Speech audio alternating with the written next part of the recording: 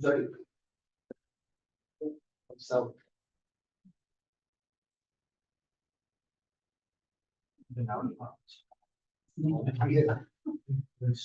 Mr. Chair, we're live. Thank you.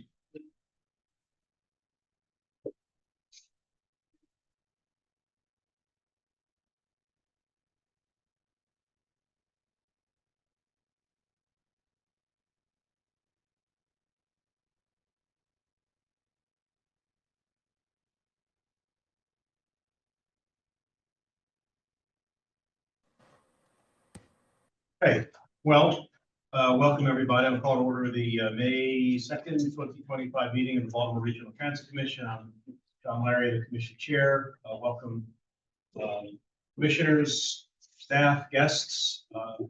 Start off with a little happy announcement. Dr. Chavis is not here today because she's had a baby, which is great news. So I understand things are going fine and we wish her well. And look forward to having her back in action, but it's terrific for her and for the family. We have a couple of other folks who I know are coming, but in the interest of time, we're going to get started. And we'll do that with the administrative remarks from Mr. Arnold.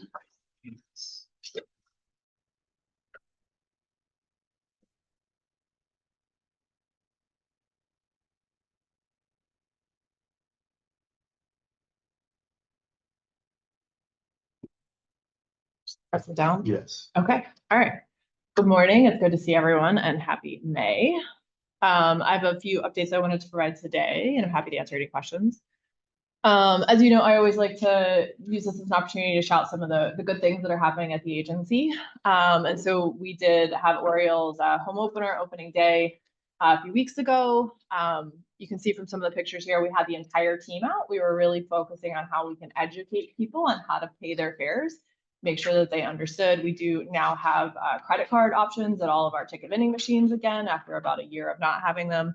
And so just reminding folks that, hey, that was a good option and a way for them to pay their fare. I'm really proud of the work that the team did. We did have a few issues in the morning with mechanical failures that led to some gaps in service, but was able to recover fairly quickly and provide, I think, some quality service for riders.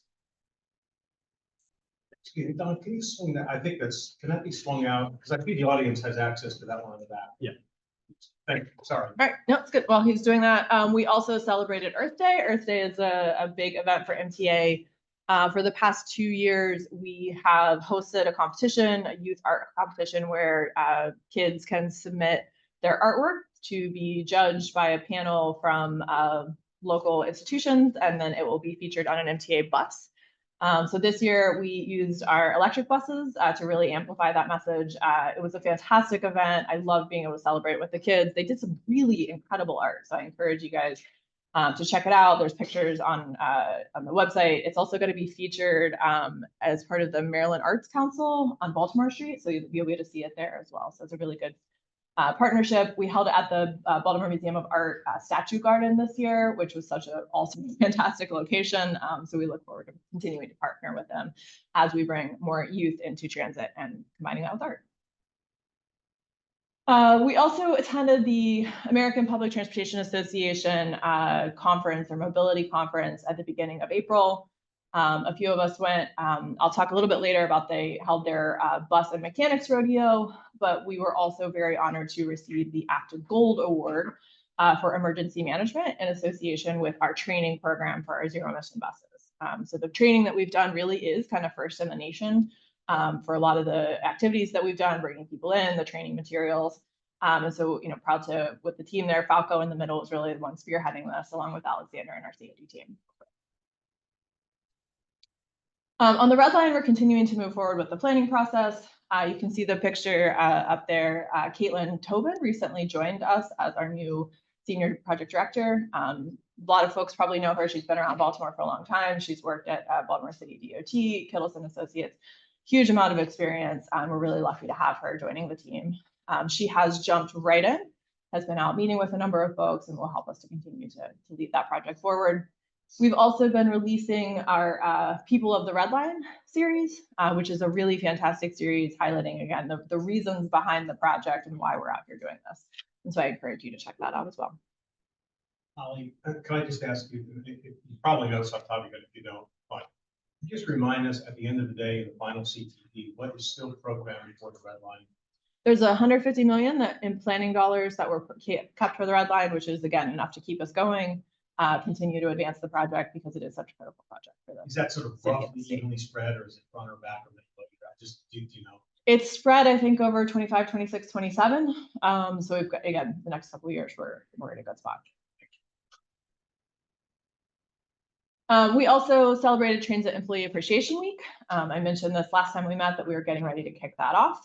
It was a full week with 30 plus different celebrations throughout the entire agency. A lot of really positive feedback and goodwill. I did want to shout out our bus operator of the year and our rail operator of the year.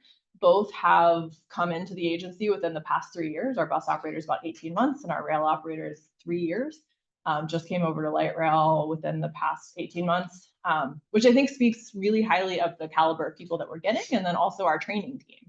Like the training that they're providing is so fantastic, and people are able to continue to learn from that. And so we're able to celebrate with them and recognize the tremendous achievement that they've had. So did he just come into light rail 18 months ago? Because normally they don't come straight into light rail. It is. He came straight into light rail. Not straight into light rail. So it was actually so Sonia was our rail operator of the year. So Sonia came into bus. Within her first 6 months at bus, we got to celebrate her as the Bush operator of the quarter. Then she picked over to light rail. She's been over at light rail for about 18 months and became the rail operator of the year. So definitely a superstar in the making, and I look forward to see what she's able to do at agency. On the contract side, so we did sign our contract with Ask Me Local 1859, which is our police union. We've been going back and forth with them for a while, but we're really happy to ink that contract to get some raises for, especially for our CUPs, our civilian personnel, so that they can get those and continue to hire and do the good work that they're doing. On the service side, I do want to brag about the team a little bit. So Mark, we've seen in March a post-COVID high ridership-wise, almost 500,000 riders. Weekend ridership on March 29th, which was basically the peak cherry blossoms, we did over 13,000 passengers on that Saturday, which is the second highest Saturday ridership ever for Mark. The highest was the Women's March back in 2016, but otherwise, like, that is a ton of people that we were moving. The team did a really fantastic job. We were able to add a couple of extra trains in the afternoon because the high ridership we were seeing, and in partnership with Amtrak, I think did a really fantastic job of just moving a lot of people. Similarly, on April 5th, over 10,000 riders, and we continue to see really high weekend ridership in particular. Weekday ridership is also rebounding. I will say on a lot of Mondays recently, we're doing 85, 86% of pre-pandemic ridership. So we're continuing to see high ridership on the Mark side. Is there any evident impact of the federal, workforce issues? I mean, this is obviously trending in a good direction, but what do we think? I mean, I think the return to office directives are really driving a lot of our ridership. In an upward direction? Yes. That's the question, is potential workforce reductions. We haven't seen a lot of reductions yet. I mean, we'll continue to monitor, but yes, it's been a positive for us. Yeah. And then on the core bus side, again, just want to highlight, so we've had multi-year highs in bus availability. So we didn't have any cuts for equipment in March, which meant that, every bus that was needed was out there. Our February and March were our highest bus on-time performance post-COVID. We also hit above 80% OTP a couple days in April for the first time again post-COVID. And we've also, so far this year, had 22 days with less than 1% cuts. Yesterday was another one, so it does continue to grow. And Daryl will talk a little bit about the fall service change in a minute, and so I think that we'll talk as well about some of the improvements we've been able to make and how we're able to look into some slight expansions of service, serving new places, adding frequencies because of the different operators. Also note too, I think this is a really good example of like when we have the resources that we need, that MTA is a good investment and we're able to deliver on those resources. I want to thank, Governor Moore, Secretary Wiedefeld for continuing to invest in MTA, adding up the additional pins that we've been able to leverage. This budget is a good budget that continues to kind of get us back on track for that. And again, just a reminder that like the agency can and will deliver when we have the appropriate funding. I'd just say two things. One, congratulations, these are really big numbers. So, thanks for your leadership and on down the line to achieve these outcomes. I know you've worked hard on it. And two, just to sort of reiterate, not surprisingly, more resources solve a lot of problems. So I think there's a consistent theme that we're all becoming accustomed to. But yeah, no, I mean, and the team has done a fantastic job. And just to be clear, this isn't good enough, right? Like we're not letting our foot off the gas. We're going to continue. The goal is less than 1% cut service every day, not just those specific days, and above 80% OTP. We might be making some changes this summer in the OTP threshold that we think will help us to tighten it up, that we think will help us to, again, kind of better manage to those tighter thresholds and really continue to improve the service we're providing for our riders. I also wanted to address transit service to Baltimore City Public Schools. This has come up a couple times. I think last time we met, the day before, there'd been a city council hearing. But I just wanted to, kind of explain what we do currently, what some of the challenges are, and how we're going to continue to work to improve. So as a reminder, we provide a quarter-mile access to over 250 schools in the region. That's Baltimore City, Baltimore County, and Arundel County. So really, it is regionally. What does quarter-mile access mean? So within a quarter mile from a bus stop, there is a school. So like in some cases, we do provide like right outside the school, Poly and Western will go into the loop.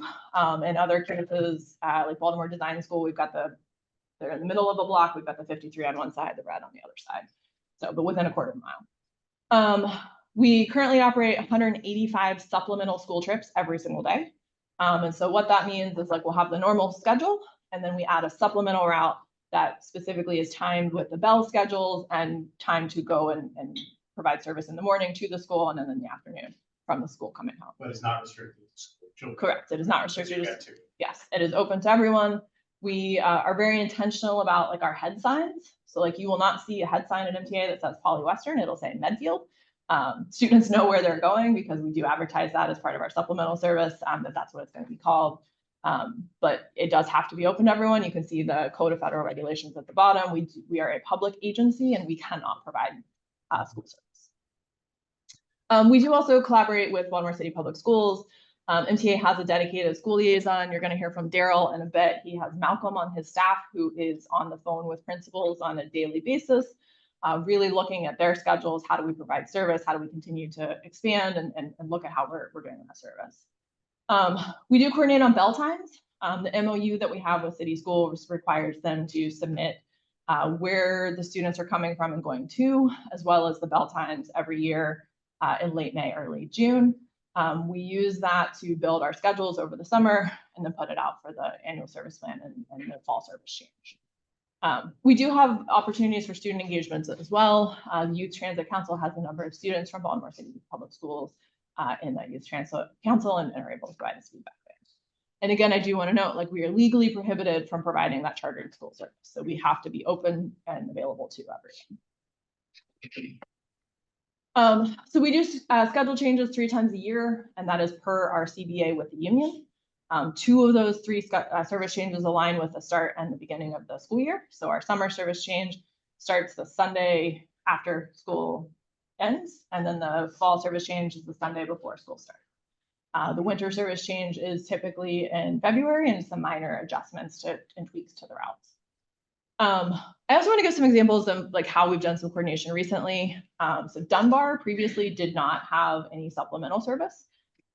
They had requested it, and in the winter service change, so this past February, we implemented new orange, blue, 54, and brown trips for Dunbar. We also are providing additional silver trips to Digital Harbor because we received some feedback there from the community and from the schools. They needed additional trips. Commodore John Rogers had a location change, and so we've been working really closely with them over the past year, both on training and on providing the service that they need there. Next year, or really this coming fall, City is moving to the University of Baltimore, and our team has spent a ton of time and energy and effort making sure we're coordinating with them to have the appropriate service, because that's a pretty big change from where they're currently located into downtown. We're also going to have to do some training, and we anticipate some hiccups this fall because we don't have a place where we can just park buses. Like right now at City, they can park and they can be there. We don't have that same opportunity downtown. So it's going to be a learning experience both for us and students. And we're really gearing up for that over the summer. And then finally, ACE, we are doing a pilot there for after school activities, and we're continuing to look and see how we can better support after school activities, since that is some feedback that we've received. Do those schools then also have their own school bus services, or is the city of Baltimore basically saying like everything is coordinated with MTA, and there's no need for school bus services, basically? How does that? Is that a leading question? Go ahead. So, I mean, this Yes, is the city schools answer, but for city schools, elementary schools, if you're more than a mile, they provide yellow bus service. For middle and high school, MTA is the service provider. There are some exceptions to that. So people, children with disabilities, children facing homelessness, things like that are eligible for yellow bus service. But MTA does about 25,000 rides per day for students. So we do the bulk of it. Oh, no, I'm asking just more from an. No, I understand. Yeah, Because our budget is like so high for school bus services for middle schools and high schools. This is a better solution, I think, but. This is a better in my- solution. Yeah. Or, that's what I think, for my. If this, here's my broken record response. If the system had sufficient resources, this would be a better solution. Right. Because it would be a very efficient way of dealing with this transportation, because we already have all the infrastructure, all the capital costs, all the operators, all the everything in order to do this. But that's. Oh, and as I mentioned earlier, we've been getting additional resources. We've been making good use of them and continuing to improve our service. And the goal of improving our service is for everyone, right? So like a better system for all does mean a better system for students. I will say, and Baltimore City schools have said this as well, is that the choice program does complicate it a little bit. The students are kind of like spaghetti going from everywhere to everywhere, which is not good transit planning, right? Like transit planning is major routes and major corridors. So it makes it a little bit more difficult to serve, but the team is continuing to do our best, and we're going to, every single year look to see how we can improve. I know you've collected, all sorts of data on this, but do you have a sense of how much of the most acute problem is the result of school choice trips, as opposed to what we'll call sort of, well, whatever the other group would be, ordinary trips? School choice, meaning students can go to any school in Baltimore City. Not can, Right. a lot of them, yeah. Yeah, I mean, I don't know that we have the specific numbers on that. I know that, again, like when we don't have the neighborhood school and folks are having to transfer multiple times, like the multiple transfers do add a lot of time to trips, especially if we can't line them up exactly right. So I don't have specifics, but I again, I think us and Baltimore City Public Schools would acknowledge that the school choice, the spaghetti-ness of it does make it a bit harder to serve. Yeah, I'm just genuinely concerned about this for obvious reasons. And I really do think that it is, what you said a moment ago is so sort of, it's glib, but it's absolutely true, which is a better system for everybody would make a better system. We're not running a yellow bus system, in which case we would say, what's wrong with the yellow bus system? Why are we not? But we're running a big system, which has this impact. It happens to have an impact on extremely, needy, in the sense of needing transportation, needing people who need to get to school. And, there's been some media coverage, and it just gets everybody very exercised for good reason. But I'm also concerned that, MTA is being unfairly criticized for, I haven't dug into it. Maybe someone would tell me that, our routing is bad, which I think is very unlikely. Maybe there is some other explanation. The intuitive explanation here is we don't have enough service in order to address the system generally. And it happens to fall in this particular way, in this particular group of people who, the stories are, you can't get to school for first period, et cetera, et cetera. And it's probably the most sort of easily identifiable cohort, because, you end up, we know so many people take the system to be able to get to work, but that's so much more generalized. A human being in East Baltimore has to get to West Baltimore for work, but it's not a cohort, right? This is a giant cohort, which is easy to identify. And then you get, and then it's extremely, sympathetic. So I'm just, I'm trying to figure out, frankly, how to use this as an opportunity to get everybody on the same page and to realize that we need a better system. Yeah, no, I mean, and it's a really complex program. You and I have discussed, I've got 2 kids in city schools, so I personally am very invested in it and want it to succeed. You know, I take my kids to school on the bus most days.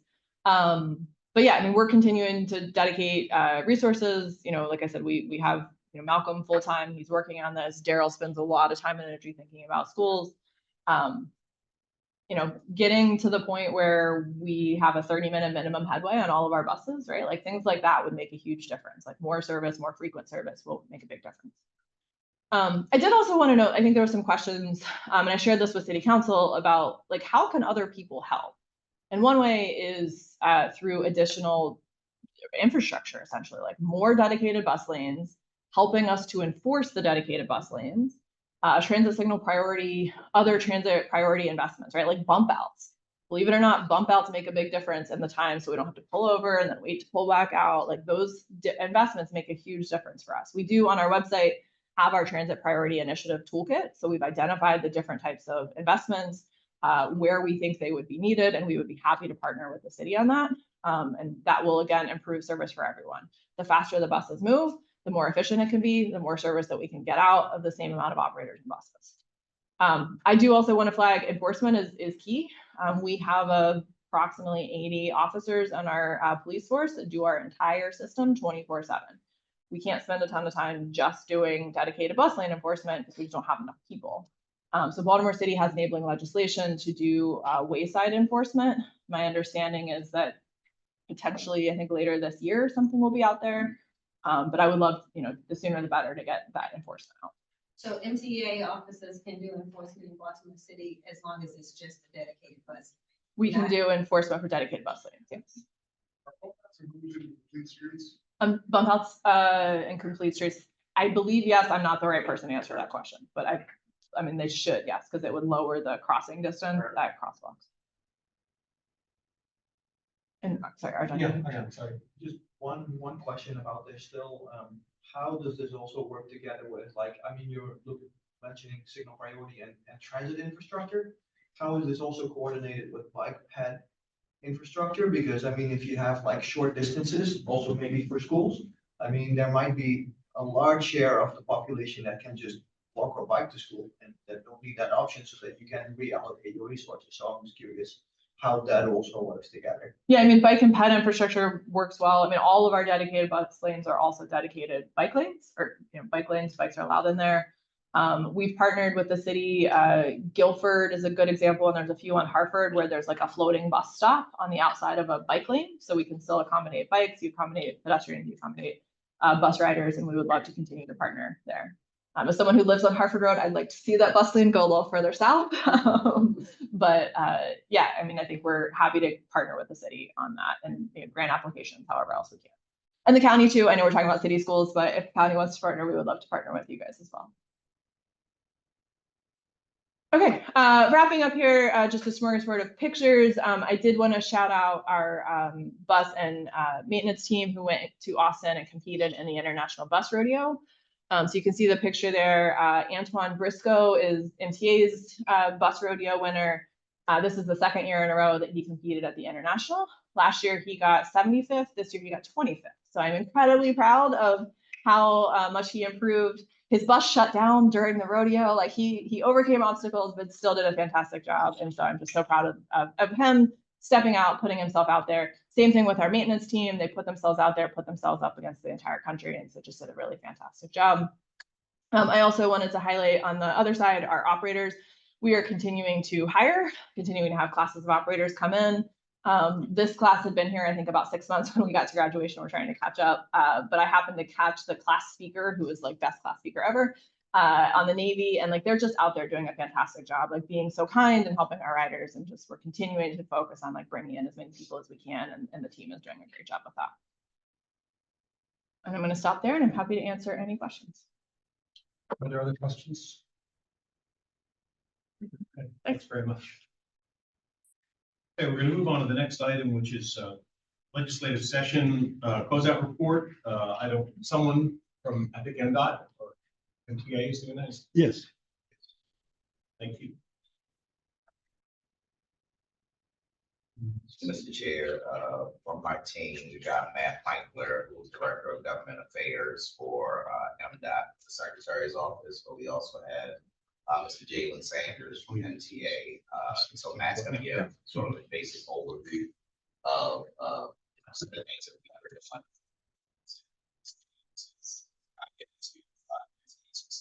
Thanks, perfect. Thanks. Thank you, Mr. Chairman, Madam Vice Chair, members of the commission. My name is, Mr. Bridges mentioned, is Matt Michler, Director of Government Affairs for MDOT. Joining me today is Jalen Sanders. We're going to do just a brief overview of the final budget actions, our departmental packet, and then Jalen will touch base on the various transit-oriented bills we tracked in 2025. So before diving into the final budget actions, I'd be remiss if I didn't take a moment to thank the Maryland Move Coalition, or sorry, Move Maryland Coalition, for its work in responding to our state's transportation budget crisis. Coalition's assistance was critical in ensuring that Maryland passed a budget that met the transportation funding goals proposed by the Moore-Miller administration in 2025. So just a very basic breakdown. Some of these actions are a collection of revenue enhancements, while others increase MDOT's overall bonding authority. I'll just highlight the last three bullets on the slide. Have an estimated overall impact of about $300 million of that, more than $400 million additional transportation revenues. And the first two bullets where there's an increase in consolidated transportation bond capacity and changes to how we can use Garvey bonds are really about opening up these various types of bonds for new transportation revenue enhancements.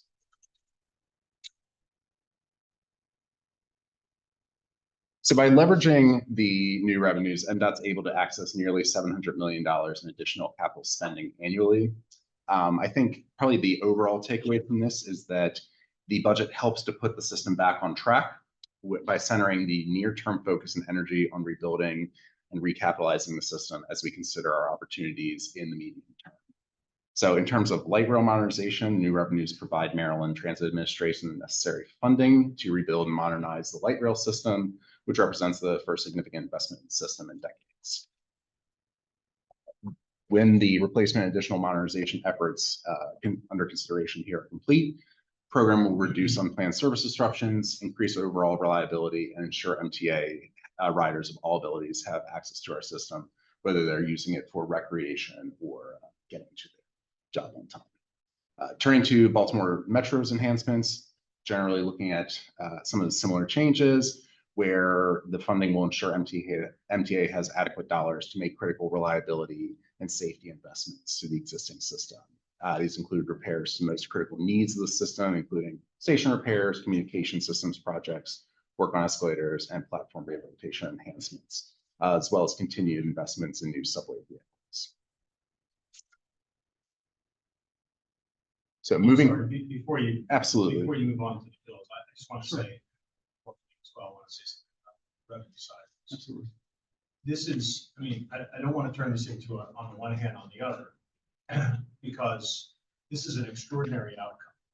This is a truly extraordinary outcome for which the department, the secretary, and most of all the governor really deserve credit for putting this package together, and then the governor's office, particularly Deputy Chief of Staff Jan Hernandez, for really putting that coalition together, which was a great coalition, which will not only be useful, but hopefully will endure and will be something that we can continue to use and deploy as we work for more investments.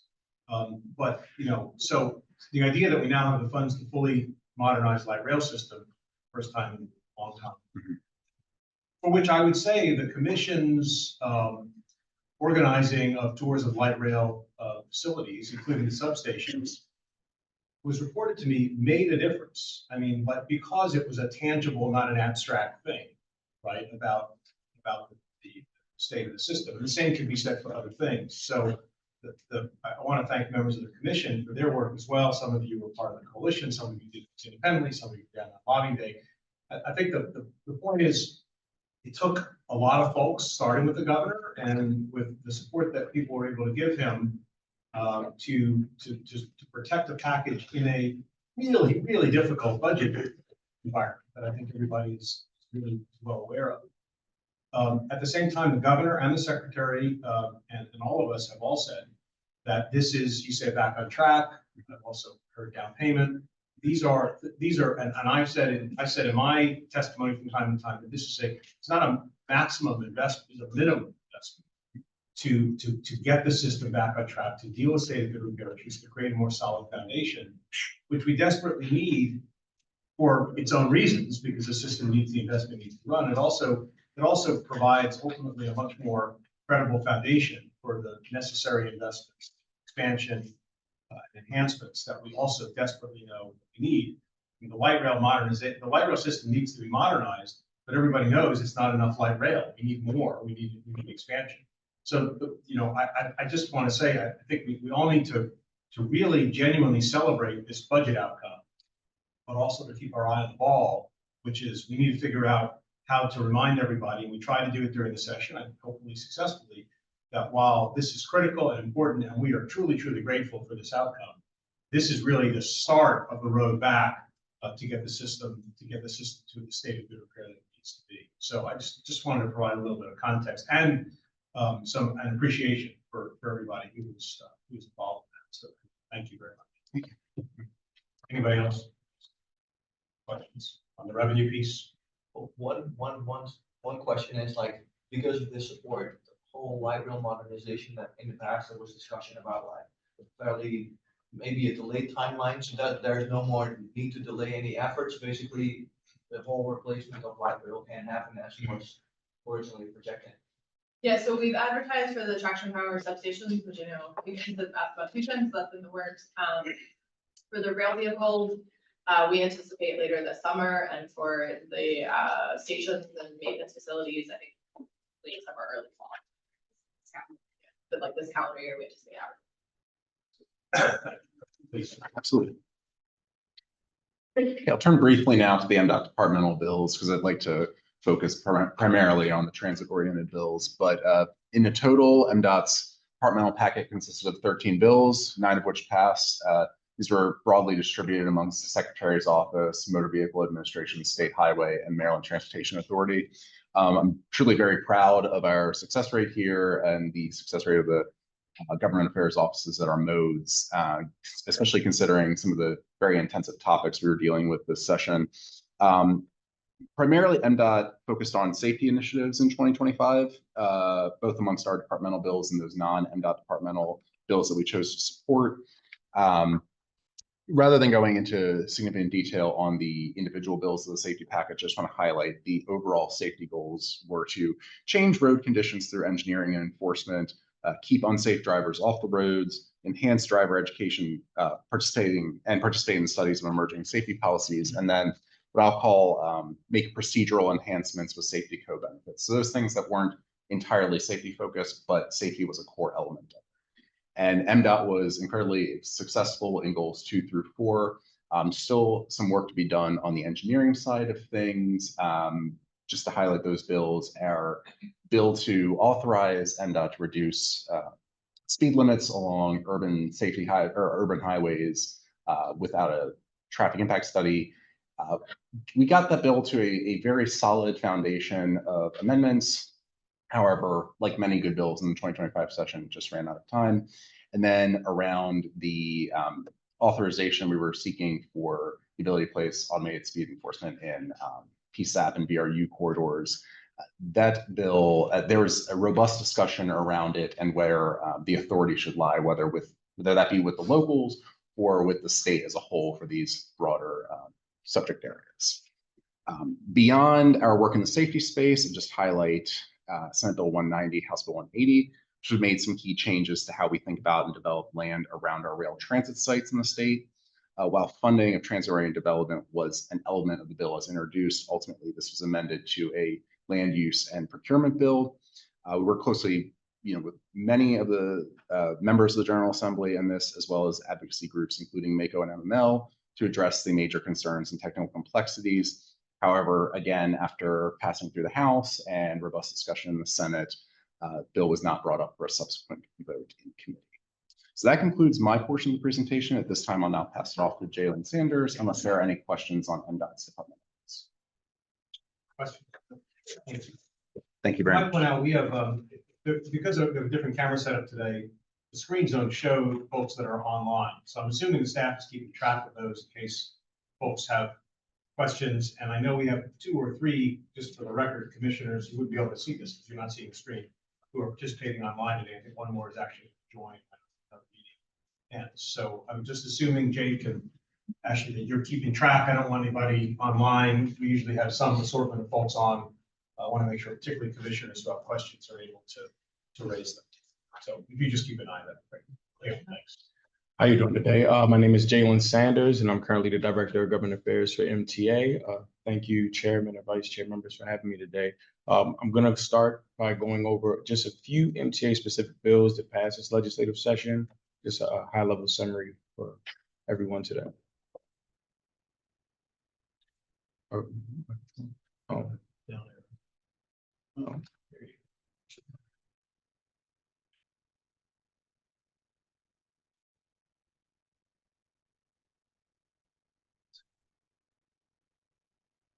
Oh, yeah, you start right there. The first bill we have up was House Bill 517. It was the MTA Reorganization Work Group bill. The bill essentially forms a work group that considers the reorganization of MDOT and MTA as a whole into a statewide transit service and individually, while maintaining Baltimore City's individual transit services as well. The group will be comprised of 10 members that have elected officials, transit representatives, and MTA riders themselves. And the overall work group itself would just take a look at what would happen if the organization, well, what would happen if it was reorganized. It would require a look at the current contractual agreements now, where they are at, what would potentially happen if there were any overview or oversight changes, as well as making sure we're maintaining compliance. One important fact about that is any reorganization considerations would not reduce funding for Baltimore City Transit. Can we go back to the second slide of the makeup? Yes, ma'am. Yeah, just to be precise, it's really those chairs were the designees. So certainly in some instances it may be chair, some instances it may be designee. I think that's the way it's written. And you'll note that the BRTC chair is represented on there, as is the BMC. It was amended to have the 2 riders, which were not in the earlier drafts of the bill. I guess I'll just say it's now. I was going to say it after, but you know, if my participation on that is really on behalf of the BRTC, and what that means is I want to get your input and have a substantive discussion, not today, but as we get going, to report back to you on what the work group is working on, what the issues are. So I expect this commission to be as involved as we can make it, so we can get the benefit of your thoughts and perspectives on it.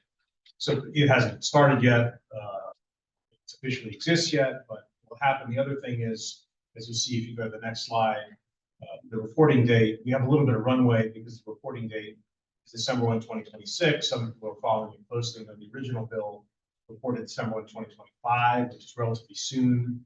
It was a request made and agreed to extend it, which means that there's really adequate time to have a real discussion about this, and adequate time to, as I've said, I promise to figure out how this commission can have the right time or times a discussion so that your input can be heard. I'm sort of a conduit for that. Thank you. The next bill we have up is HB. Oh, I'm sorry, I forget you. I realize you're going on. So again, we'll talk about. It'll be its own agenda item in due course once it starts to get rolling. But this bill was the outcome of a bunch of legislation that I think everybody heard about that related to questions about structure of MTA, structure of MDOT. There were bills, as I think the commission knows, to propose the creation of regional transit or transportation authorities. Again, there's a lot going on in all of that.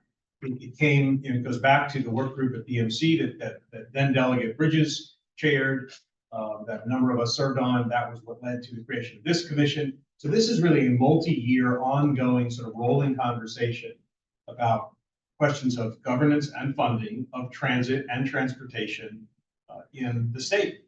And that we'll have to see how that affects MTA, particularly in Baltimore core service. But I think now there is some sort of inevitable real discussion that's going to happen about those things, which we've been sort of circling the target a little bit. And I think now over the next year and a half, a lot of these issues are going to get discussed. No one knows what the outcome will be. There are pros and cons of all sorts of different options.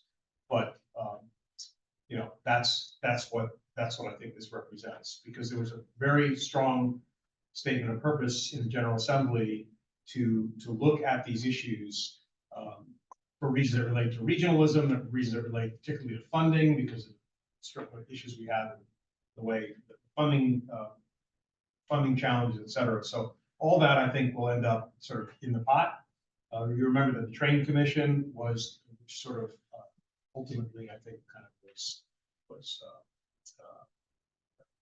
really didn't sort of finish its second year report.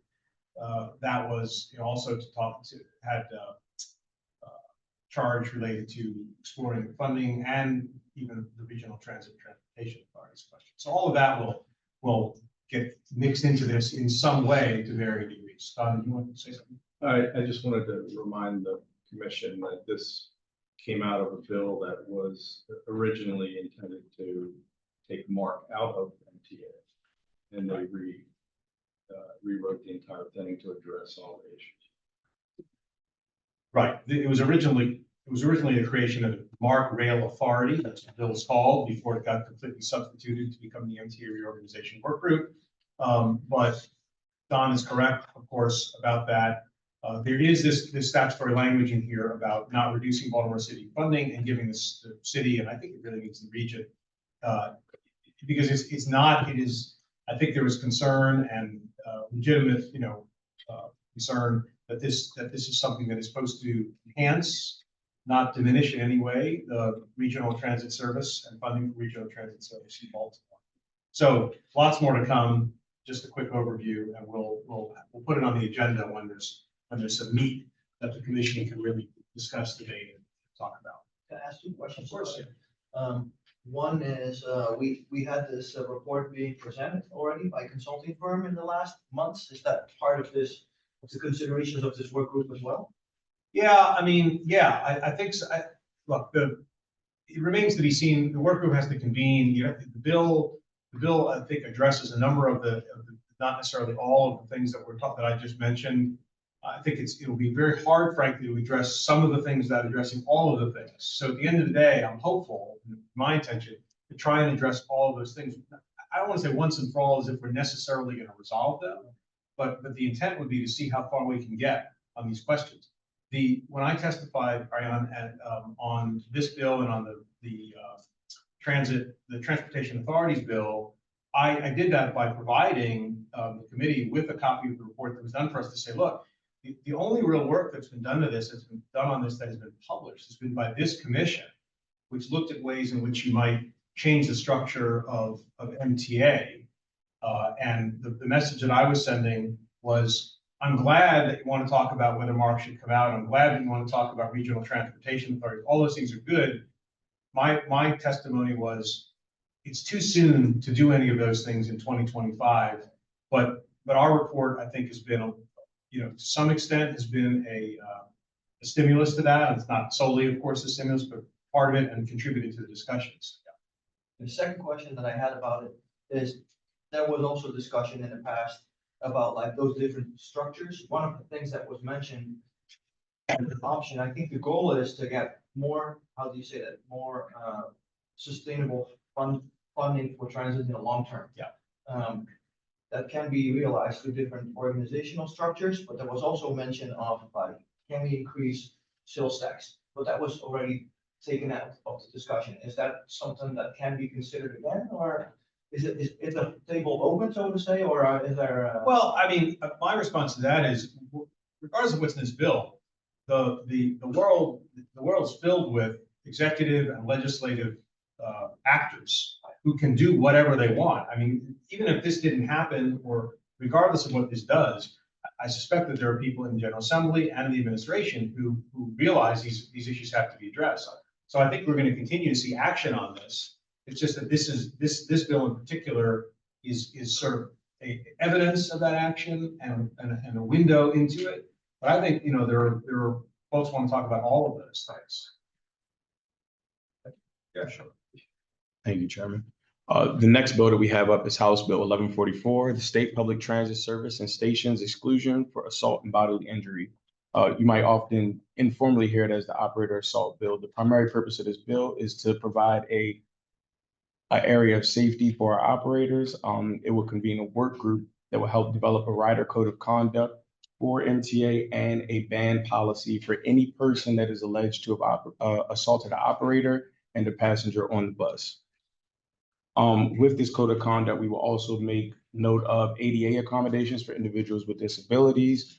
And with the ban policy, we'll be partnering with the Joint Safety Committee, ATU, WMATA, and other members to make sure we have a robust development and language included. I'm sorry, if there are questions, please go ahead. My apologies if I moved too fast.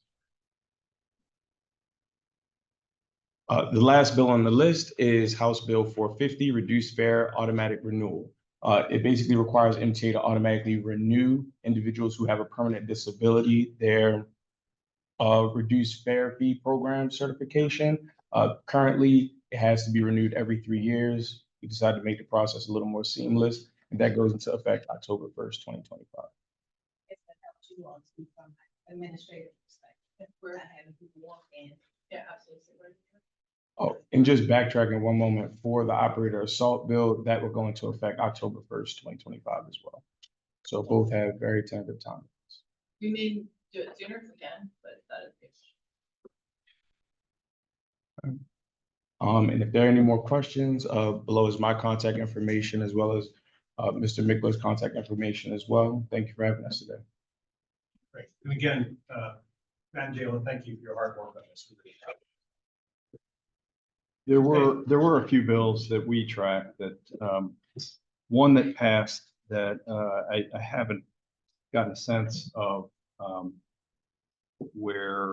the department feels about it. It was an administrative bill, so I'm sure they support it, but it was important, the Procurement Reform Act of 2025, HB 500, SB 426. Yeah, I mean, we're supportive. It does have some benefits to Yeah. us. One of the biggest ones, it goes into effect October 1st, is that we can take a lot of things through MDOT's agenda instead of going through the Office of State Procurement, which adds a couple months to our time frame. So it will definitely help us to get things somewhere. Yeah. That's good. There were a couple. Could someone make a note to have our project, the program delivery group, learn about any changes in procurement, such as that one that might be affecting in a good way? Yeah. The procurement issues which have been identified as potentially, difficult for us. And the timeframe that will be saved because of that, because it should go in our end of the year report. Hmm. Because it was something we studied. Yeah, good point. And One bill that didn't pass that the department was encouraged or sponsored was the prioritization bill that we talked about. We had a presentation on a couple of months back. I understand that the department didn't really need to have that at this point, and is proceeding to kind of undertake similar review now. So next year we'll see what happens. Is that accurate? Can you comment on that? So prioritization bill, if you remember, looked at a couple of things.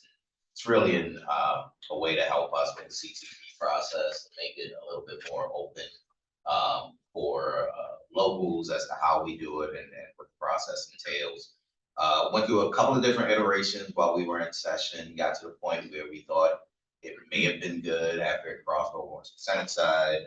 Obviously, it didn't pass, but in the meantime, there are some administrative things that we can do that doesn't require legislation, and we're looking to implement those administrative pieces. But at the same time, you know, we still have some work to do in terms of prioritization. So the goal really now is to look at a way to bring groups in, whether we're talking about MACO, MML, BRTC, and really talk about the process forward. And if that leads to more legislation that improves the process, then great. But we also just want to make sure that we're transparent in our process. So the more we can have you all involved in how we do CTP, then I think the better off all of us are. So that's the way that we plan on. Okay, I know that didn't pass this year, but are you all planning to change the process this year in terms of the jurisdictions? Oh, no, so for now, the process is gonna stay the same for CTP tour, the letters, although the portal is open for counties to submit their letters. That's still sort of the pilot phase of the program. So what we want to do is make sure that as we do the letters coming in, and we go through people that wanted to do the pilot portion of the program, we are reporting how we did those letters. Of course, not every county is submitting the letters to that board. So we're just trying to analyze letters that came through the portal and submit to everybody, how people did once we have those letters. But at the same time, we understand that everybody's not going through a pilot project, so we can't do anything to change the process right now. There are some things that, you know, if we are going to change those, we get counties as much advance notice as possible. We have to say change. Thank you. Yep. So moving on to the federal side, Please. Sean will be addressing you on reauthorization.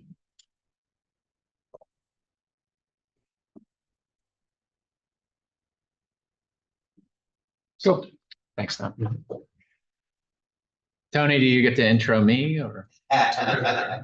Well, if you all don't know, Sean Winkler is from the Secretary Office, works for me as well as the whiz on everything in terms of grants. But he's commonly known to folks as the Senior Policy Advisor in the Secretary's Office.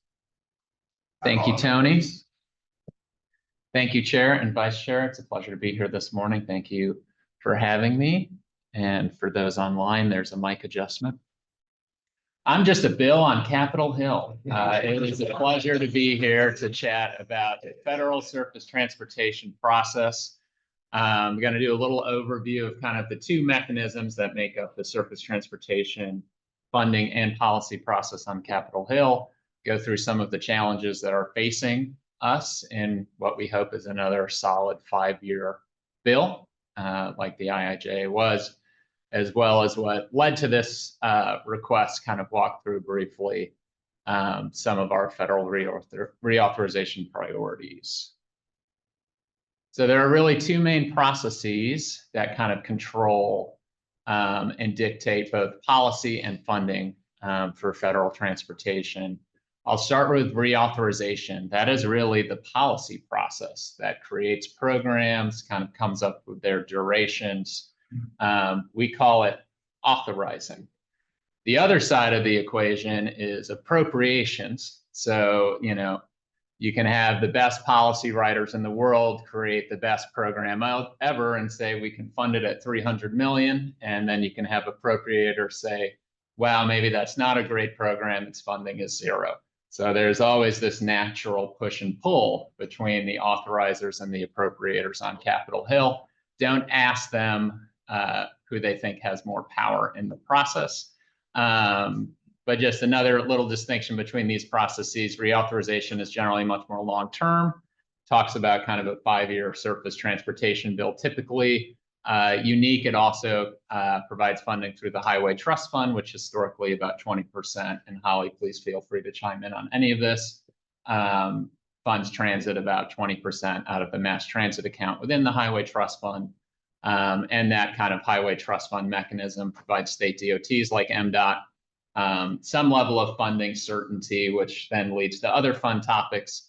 If Don really wants to bore you on obligation limits and authorities and things like that, But that guaranteed funding mechanism supported by user fees, mostly the motor fuel tax, is really critical to the foundation of the federal surface transportation program. Appropriation short term, this happens every year. What's your funding for fiscal 25, 26, 27? And then they sometimes cross into the policy process too with little directives they'll write in their funding bills and things like that. But that is really generally the dynamic: policy versus funding, long-term versus short-term on kind of reauthorization and appropriations. I don't see Todd in the audience to check me, but that's okay. So quick background on where we are today with surface. So a little thing called the Infrastructure Investment and Jobs Act is our current 5-year surface transportation bill. Really unique, as you see on that little graphic there. It was a combo, at least the first time I've ever seen kind of an authorization and an appropriation in one surface bill. So what was so unique about the IIJA was that it provided that $550 billion in upfront guaranteed funding. Unlike in the past where, say, MTA and MARC access the Consolidated Rail Infrastructure Safety Program, or CRISI out of FRA to do some MARC stuff on occasion, generally that would just be funded yearly, But with the IIJA, actually it was funded for 5 years at X level. So you could that allowed for, some level of certainty on the discretionary side of the realm that just simply didn't exist before. The current bill is also historic. We'll talk about challenges in a second, but we're talking about 3X the last surface bill in the IIJA, which is pretty incredible. Also created a ton of new programs. We'll see where some of these land. We'll walk through that a little in the challenges too. But all sorts of new pots on safety, like the Safe Streets for All program, which many of your local jurisdictions have received planning as well as implementation dollars out of. State of Good Repair, the light rail vehicle grant we've talked a lot about. Here it comes from there. Sustainability, EV charging, things like that. These were all new programs created in the IIJA. So yeah, just a few things going on with that bill, but it expires soon, as well as its guaranteed funding. And believe it or not, this process is already underway. We do sometimes do things ahead of time in government. But what is kind of Maryland's role in this? So we are blessed to have such a strong delegation on Capitol Hill. And I have a little overview of the committees here. So the Senate, Tony can relate to this, and I was generally a House person when I was doing federal stuff as well. But Senates are unique. Senators are unique. So they have 3 committees to do the job of one in the House on this, as you can see, kind of the jurisdictions laid out there between EPW, Commerce, and Banking. Don't ask me why a banking committee oversees transit, but again, I never question the wisdom of the Senate, where the House has a very efficient transportation and infrastructure committee that generally does this work with very logical subcommittees. So there's a quick peek at our representatives. Our newest senator, Angela Alsobrooks, serves on the Environment and Public Works Committee, which is really just phenomenal for the state of Maryland, as Senator Cardin had a ton of seniority on that committee and jurisdiction. So really excited about that committee placement for Senator Alsobrooks. We have Senator Van Hollen, who serves on the banking subcommittee. So he'll have, a tremendous voice for MTA, specifically on transit issues, which are overseen there. He is also an appropriator, and then I listed our 2 House appropriators as well there. But we will have some strong representation in this process. Challenges. Oh, there are some challenges as we think about a 5-year bill. So as we saw at the state level this time, what is our model to fund transportation? Because the user fee model is clearly having major challenges. As you can see on that chart there, a lot of red. This has been a perennial issue, and the Highway Trust Fund has faced insolvency for surface bills since I have been tracking them, as I think the last time the federal gas tax was raised was 1993. That's just a cool 3 decades there, without action. So that has consequences. So we have seen, for the most part, the general fund being tapped to bail out the Highway Trust Fund to provide us that 5-year obligation ability on the state DOT side.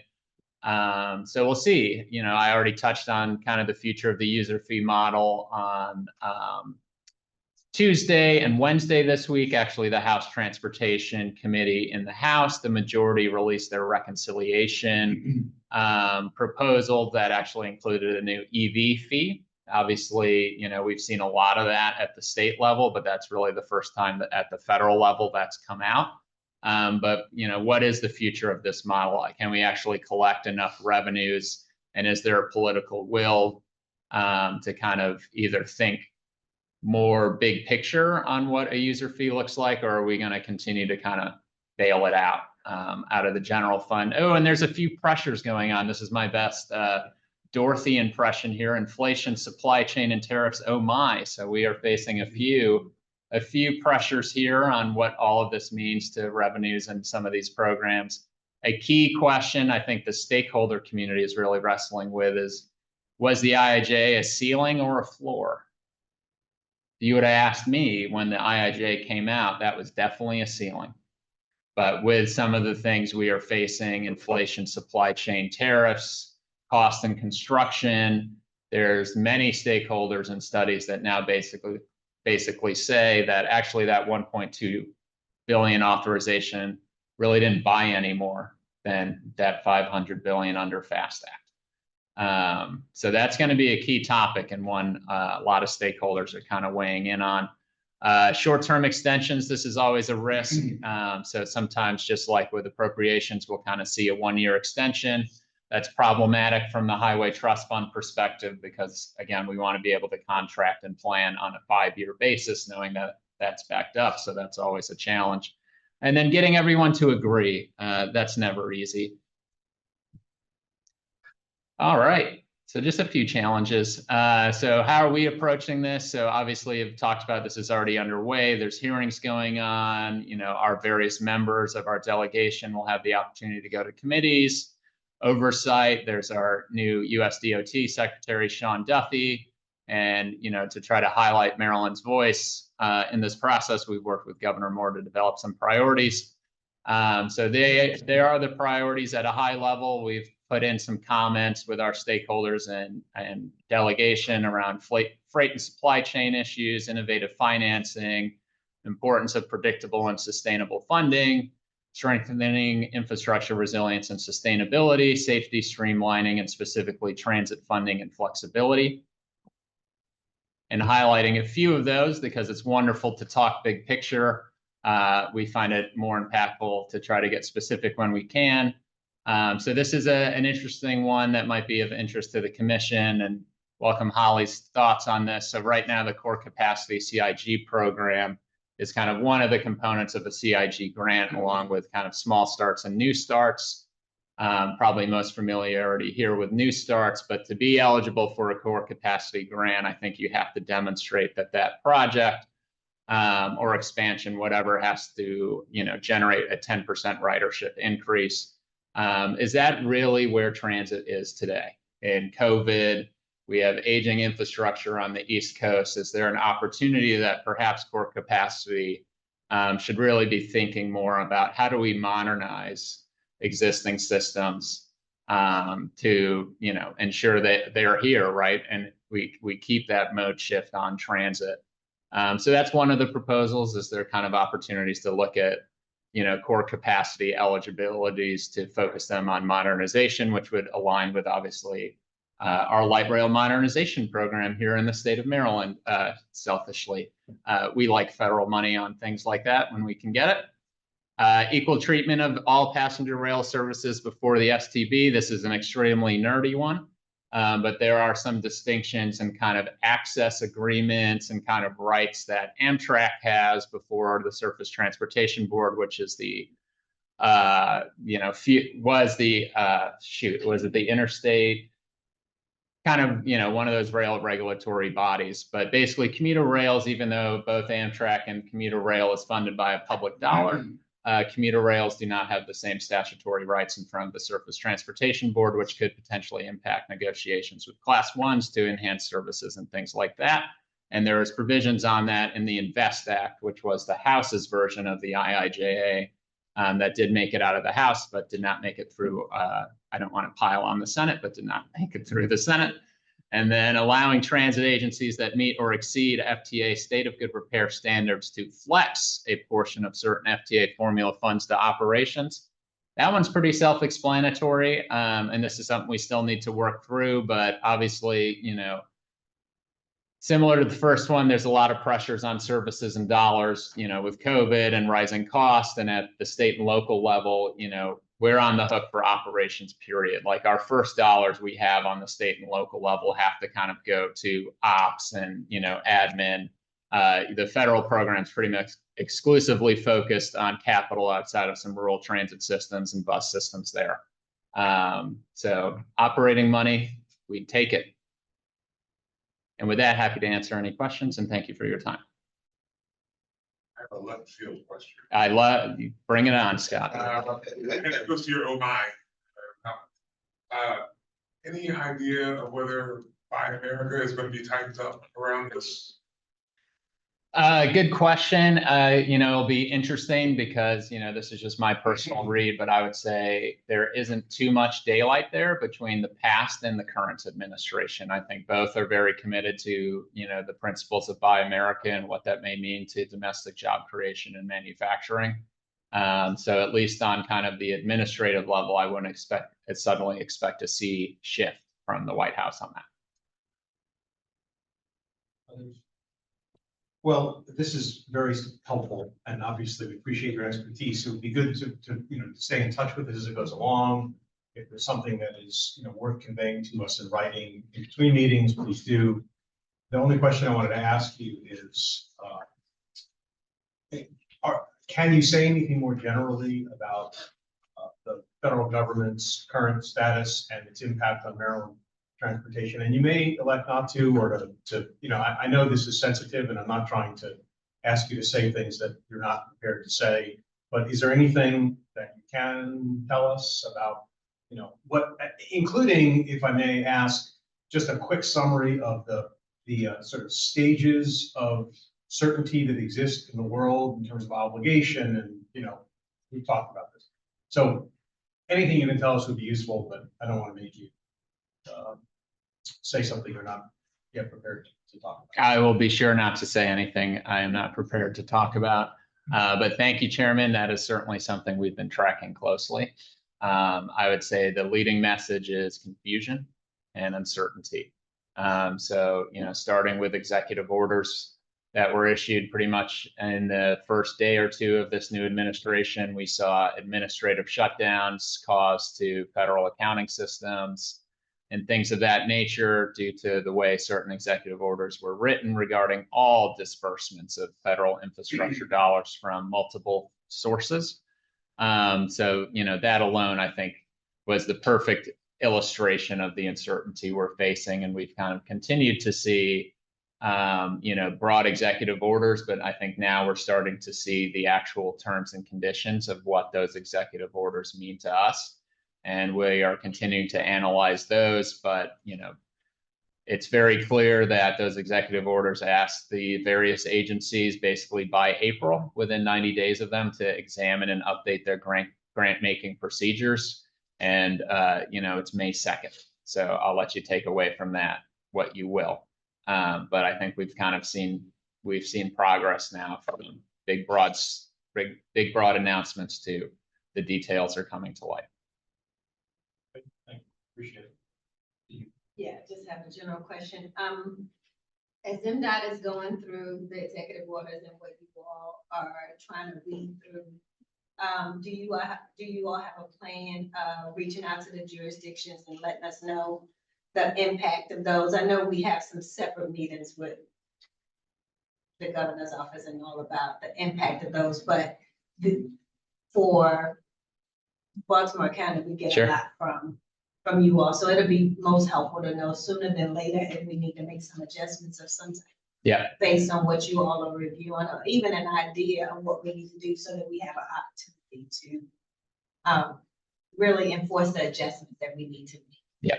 I just want to put that out there for us. I know For it's a sure. lot for us.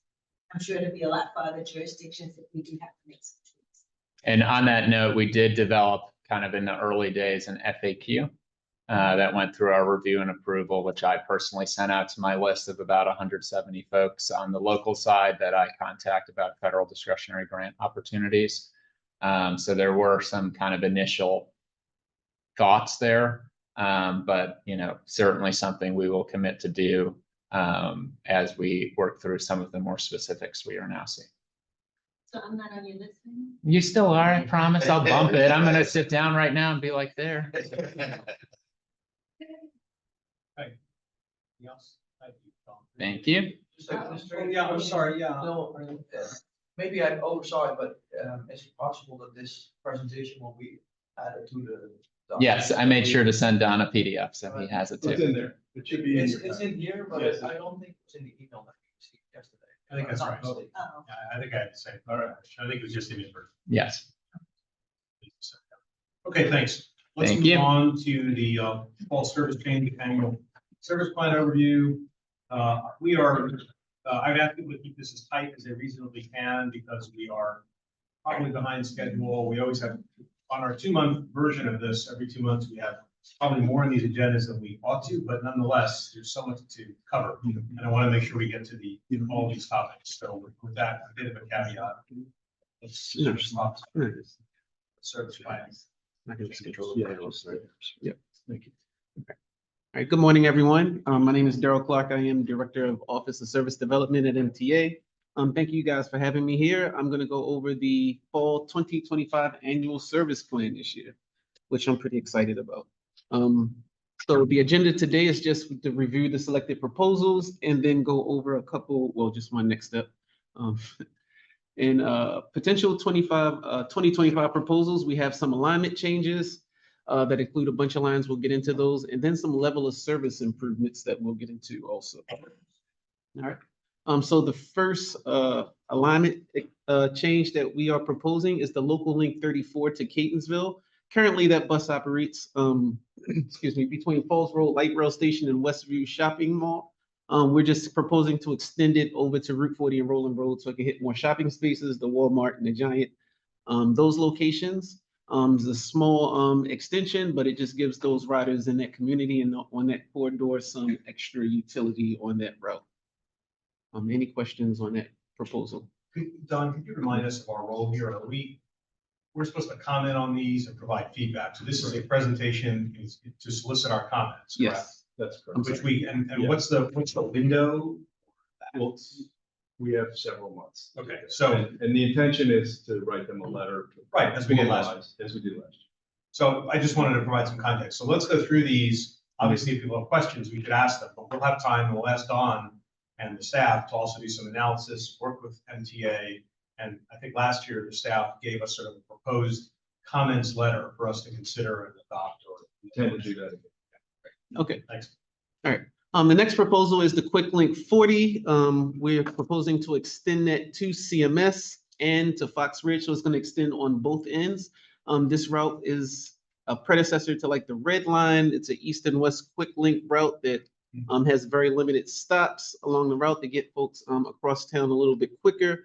It has not picked up the traction we would have liked to see in the past, so we're just going to extend it on both ends to get more traction on that route and make it available to more riders. All right, next is the local link 63, where we're proposing all trips go to Gardenville. Right now, that route, it alternates trips between Gardenville and Bayview Medical Center. But we want to extend all routes, all of the trips to Gardenville because it gives it more utility and gives more transfer options for folks coming cross town. They don't have to all get down to Bayview Medical Center when that bus is just operating from Bayview Medical Center. They can get it on crosstown routes like the 22, the 30, and the 28. Next is going to be the local link 87. This was a proposal that was actually given to us for some customers up in that area, up in Butler Road area in Reisterstown. They were asking for a bus service to go over to the regional park. So we added this in. Right now, this is dependent on us getting layover space at the regional park. So we are working with stakeholders right now in Baltimore County and at the regional park to get some space to lay the bus over if we do choose to move forward with this proposal. I will, thank you. Next is the most ambitious change or the most ambitious proposal that we are making is the CityLink Yellow truncation and the Local Link 91 extension. On this map, you can see kind of the extension on the number 91 in the black dotted line and what we are proposing to truncate on the yellow and the red dotted line. And we'll get into it a little bit more here. So the CityLink Yellow, we are proposing to truncate this line at Guilford Avenue and Center Street. This is because most of the ridership is on the south end of that route. We don't get a lot of ridership on the north end. And it just, it's a very long route. It's a lot of turns on that route, causes a lot of bottlenecks. So we want to kind of streamline that route a little bit more, make it more reliable for our customers that where the bulk of them use it on the south end going down like Washington Boulevard to Patapsco. All right, and on the number 91, the Local Link 91, this is a route we've been looking at for a while. It's a very short route as it is right now, just operating from Sinai Hospital down to Mondawmin Station. It's about a 17-minute trip, doesn't do much. So we decided if we're going to truncate the yellow, this would be the perfect route to extend a little bit further south to cover the northern part of the yellow. And it's a big boon to the number 91 route because right now this route runs about every 45 minutes. So on that northern portion of the yellow, we're going to match what the yellow does, run it about every 15 minutes and alternate trips up to Sinai Hospital from Mondawmin. That would run every 30 minutes, which is still better than the current 45-minute headway that it has now. And there are some benefits and some drawbacks to this proposal. The biggest benefit is, well, not the biggest benefit, but one of the benefits is just reducing layover strain at Mondawmin Loop. The yellow, CityLink Yellow operates every 12 to 15 minutes, so it's always in Mondawmin, which is one of our biggest hubs. The number 91 will go into Mondawmin, but it'll be about every 30 minutes. So that reduces the number of buses that is in the Mondawmin Loop. The next one, like I mentioned before, it does improve the level of service on the 91 tremendously, giving those riders that use it and new riders that will start to use it. If we move forward with this proposal, a lot more utility on that route. I'm sorry, I'm a little bit blind. It does improve the connections on the Local Link 91. Because we're giving it more alignment, it goes further. We do see a lot of customers that currently on that route going down to Mondawmin, making transfers to go further south. This bus would go further south. It also would begin to serve the Lakeview Towers senior facility or senior homes. And that would just give them a direct trip to Sinai Hospital if they need to get to Sinai Hospital and still maintain direct trips downtown to University of Maryland.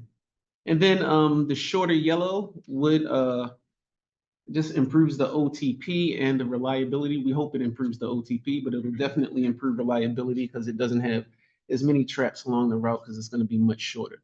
Now, there are drawbacks. The biggest drawback is it will cause some transfers. So for those riders who do ride from on the yellow now, north of Guilford and Center Street, they would have to transfer because they'll use the 91 to come down. They can come downtown and transfer to the yellow. There will be overlap on the 91 and the yellow as they'll both still utilize the, what's that, Lombard Street and Pratt Street corridors. So they would have to transfer. However, in the data now, we see very little transferring. If someone's starting at Mondawmin or north of like Guilford and Center, most of those folks are using like Metro or another bus to get a more direct trip downtown and transfer into the yellow. So we don't see a lot of that impacting our riders, but that is one of the drawbacks that if you are using that bus going all the way through, you would have to transfer. And the second one is it very slightly reduces that north end of the yellow route. Like I said, yellow right now runs about every 12 to 15 minutes. That number 91 bus will run every 15 minutes. So it won't have that 12-minute headway during the peak hours like the yellow does. All right, the next one is the CityLink Brown detour via Biddle Street and Rutland. This is something we had to do. The city did cut off Gay Street between Biddle and Preston Street, so we're no longer able to use it. So right now we have a detour. Well, it's pretty permanent, but we're making a proposal so customers know that this will be permanent because we can no longer use that portion of Gay Street. All right, next is the CityLink Navy Water's Edge detour. Right now, BGE is actually doing some work preventing us from getting down Dundalk Avenue to Water's Edge. This is going to be a 2-year process, so we won't be able to utilize that. So we currently have a detour, and we're just letting our customers know that this is going to be permanent for like the next 2 years. And once they're finished with the construction, we will be able to continue on Dundalk into Water's Edge. All right, and next one is Local Link 33 to Perry Hall. Since we are not able to use the bus stop in the White Marsh parking lot any longer, we just took a look at the route, and there is a bottleneck on that route. So we're just going to avoid it now. Since we can't get into the mall, we're just going to use Perry Hall Boulevard to get over to the avenue at White Marsh. The only impact of this is we're going to be going through Town Center Drive the opposite way that we normally go. And so we're just going to flip-flop the bus stops pretty much. So the customers just have to get on the opposite side of the street to use the bus in the direction they want to go. All right, and that was the proposals for alignment. Next is the proposals for the level of service improvements. The first one is the CityLink Yellow on Saturdays between 1 and 7 p.m. We see a lot of riders on that route. So we just want to improve the service on that route on Saturdays. Then the Local Link 28, currently we are doing a pilot on Saturdays, which has been very successful. We increase service to every 15 minutes on Saturdays. We have picked up a lot more riders on Saturdays, so we want to extend that to Sunday, running about every 30 minutes. Next would be the Local Link 34. We do have a proposal to extend that route over to the Route 40 and Rolling Road where the Giant and the Walmart is. And currently that bus operates about every 45 minutes. So we're just going to extend it to every 30 minutes because we're giving you some more utilization on it. We also want to give you some more trips. So to make it, make that ride a little bit more comfortable. Then the Quick Link 40, we're extending that on both ends. Currently that bus runs all day. It was 20 minutes during the peak, 30 minutes in the midday. We're just going to extend it to every 15 minutes all day. And we're going to initiate weekend service on that route so that our customers can also use that bus on the weekends. Then the Local Link 80, we're going to introduce to the frequent transit network is going to go from 20 minutes to every 15 minutes.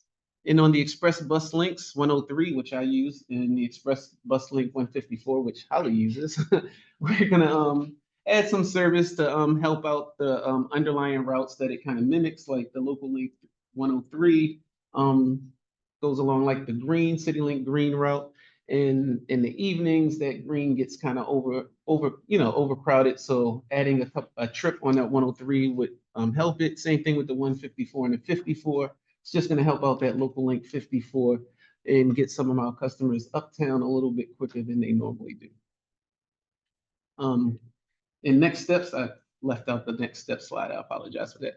So next step is the public hearings. They will take place June 10th and 12th. They'll both be virtual. So our customers can get online and give us their feedback personally. And we also have other ways to give feedback. You can call customer service. We'll have a special number, 539-5000, the complaint line. However you want to get into MTA via the internet, the website.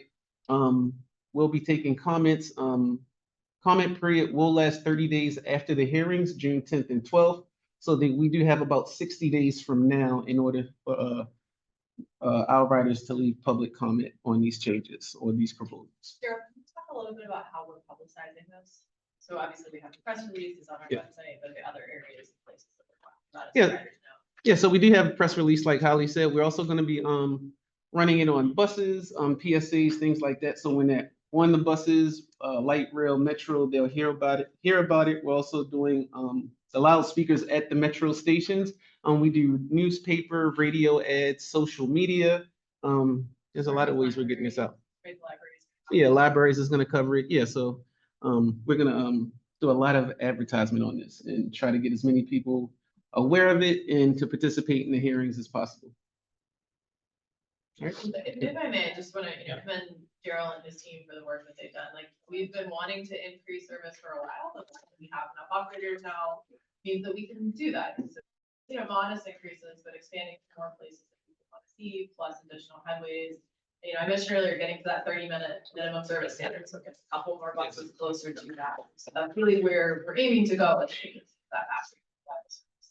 Yeah, like Holly said, gaining those extra resources, the new operators that we have in, just, we wanted to take advantage of that with these proposals here, so. Yeah, thanks. I remember last year, another excellent presentation, and I think, I remember Don prepared some comments for us and we adopted them all along the themes of, you guys are really working hard at this. It's a complicated thing to do. You seem like very, very sensible, it's like, look at them, they're very sensible. So, and I know it's a lot of work, so thank you very much. Appreciate it. You had something? Yeah, I was gonna say, Daryl's report and Holly's affirmation were 70% of the provider experience work group's conversation. So. Shorter report. It's a much shorter report over this, but it's affirming. To Holly's point, smart resources, more resources smartly applied gets better service. That's sort of the theme of the conversation. We did also raise one other point. We had lots of questions about how people notified, and particularly when I heard Lakeview Towers and senior citizens who were reliant. But we also talked about maybe reaching out to community associations as a part of it, because they're part of the process that can inform their residents as well.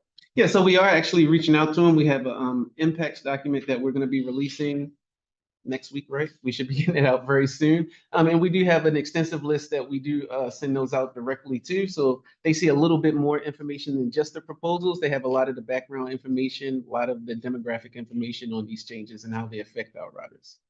We're very excited. Very excited. And it was a great presentation and discussion. Thank you. Any other questions? Well, thank you guys for having me. Happy Friday. Hope everybody have a great weekend. All right, so I'm going to try, the next item, priority letter discussion, I'm going to try and compress this, and then I'm going to ask for Albert to try and compress his CMRTP a bit, so we have time for the working group updates. But on the priority letter discussion, so just as a quick reminder for everybody, as you heard, the CTP tour structure is remaining largely intact. This year, the jurisdictions have long been invited to supply a letter by a date certain through the portal or not through the portal, as the case may be. And then the CTP tour takes place. And remember that tour last year was very impactful in terms of the issues that we care about, particularly in our local jurisdictions, who did a great job. And I know that Don has been reaching out to those jurisdictions, obviously not to tell them what to put in their letter, but to just make sure that that transit is being considered, that to the extent it's a local priority by the executive, the mayor, et cetera, that it's included in there. But the other thing is that because the BRTC got sort of added last year as the first stop in the CTP tour, we are now sort of squarely in that process as a commenter. So what Don has done in this letter that was circulated was to propose a letter that we might send. As I think he said, and I'll reiterate, it was not intended to be a specific list in the sense that the jurisdictions are doing specific lists, but rather to make sure that the commission's broad view is represented, that the broader principles are represented. It doesn't mean we can't have specifics. And I don't know, I mean, we don't have to resolve this. It has to go, but we don't have to resolve it fully today. We did get some comments. The floor will be open for additional comments. If you have them. The other thing that is that this letter that makes it a little bit more sort of complicated from our perspective is that while we're doing the CTP letter as part of that process, we also have this statutory issue regarding seeing the MTA budget proposal early enough in the process. We made some progress in that last year. I don't know if the department has any feedback. We saw my letter April 8th to the secretary and the administrator saying, it's a good start last year. How do we advance the ball on it this year to make sure that we have an opportunity? So that makes us a bit different from other CTP letter writers in that we have a broader statutory obligation with respect to MTP, with respect to MTA. The CTP letter from jurisdictions obviously includes and often emphasizes things that are not transit. So all that is just context, just so everybody's on the same page. So my first question I'll ask if the assistant secretary knows is, do you have anything to give us in terms of where we are on that budget process? And then we can talk about the letter for a few minutes as well. Tony? Yep, just in terms of the budget process, and, again, let me just thank everybody for all your help with Maryland Coalition and how we did, at the session. The funding that we got, we are just coming out of the process of really analyzing the BRFA and where we are, with our funding, and so it's taking us a little bit of time to respond to the letter that was sent. I promise you by next week, you will have, a response to that letter. But we do want to make sure that, I think we're all on the same page, we want a better process. Last year was the first year that we introduced BRTC as part of the CTP tour. But again, we do have that statutory, related regulation that says that you are to, review and comment on the CTP. And so I think we've got a good, process in place that you'll see in the letter, as we respond. But it's just taking us a little bit of time coming out of session to make sure. Yeah. Certainly fair enough, but, just to reiterate that we're anxious to be able to fulfill our role, and, I think that we've developed a very good working relationship with MTA and MDOT, and, we're all on the same team here. We just want to be able to do that and be helpful, so, look forward to your response, understand. Regarding the letter, we don't have the time, and it's not my inclination to go through it bit by bit. It's not a long letter, but it covers, and I'll just say this for people who are maybe not seeing it, BRTC priorities, topically, regional transit connectivity, state of good repair, lots, TOD, sustainable transit infrastructure, and the red line, 6 topics that are mentioned there. A number of people have sent, I think, for example, Trey, who's not here today, sent some comments in writing. Don, I don't know if you've seen the others. I certainly would like to hear from people, even today, if you have questions or comments. So I'll open the floor, but hopefully you had a chance to look at it. And I think if you continue to look at it and send any comments, what I would propose we do is to tune it up as necessary, send it out one more time down to the commission for final sort of sign off, and then we'll submit it. I'm not sure exactly where it will land in the timing of the process. In view of what's the stated deadline at this point for this letters, if you were just a jurisdiction writing a letter? May 16th. So we have a little bit of time, and I'm sure that someone will read it if it comes on May 17th as well. And then I also frankly am interested in seeing how the department is planning to deal with the budget question. It's all sort of part of the same.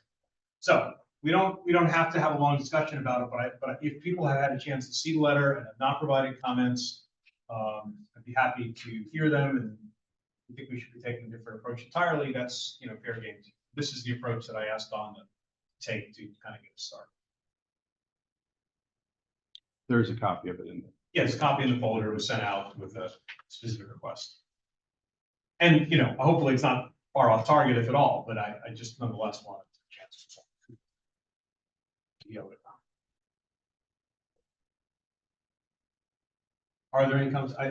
Commissioners are online as well. I assume that there's Jake and Ashley, they can unmute if they have comments they want to convey.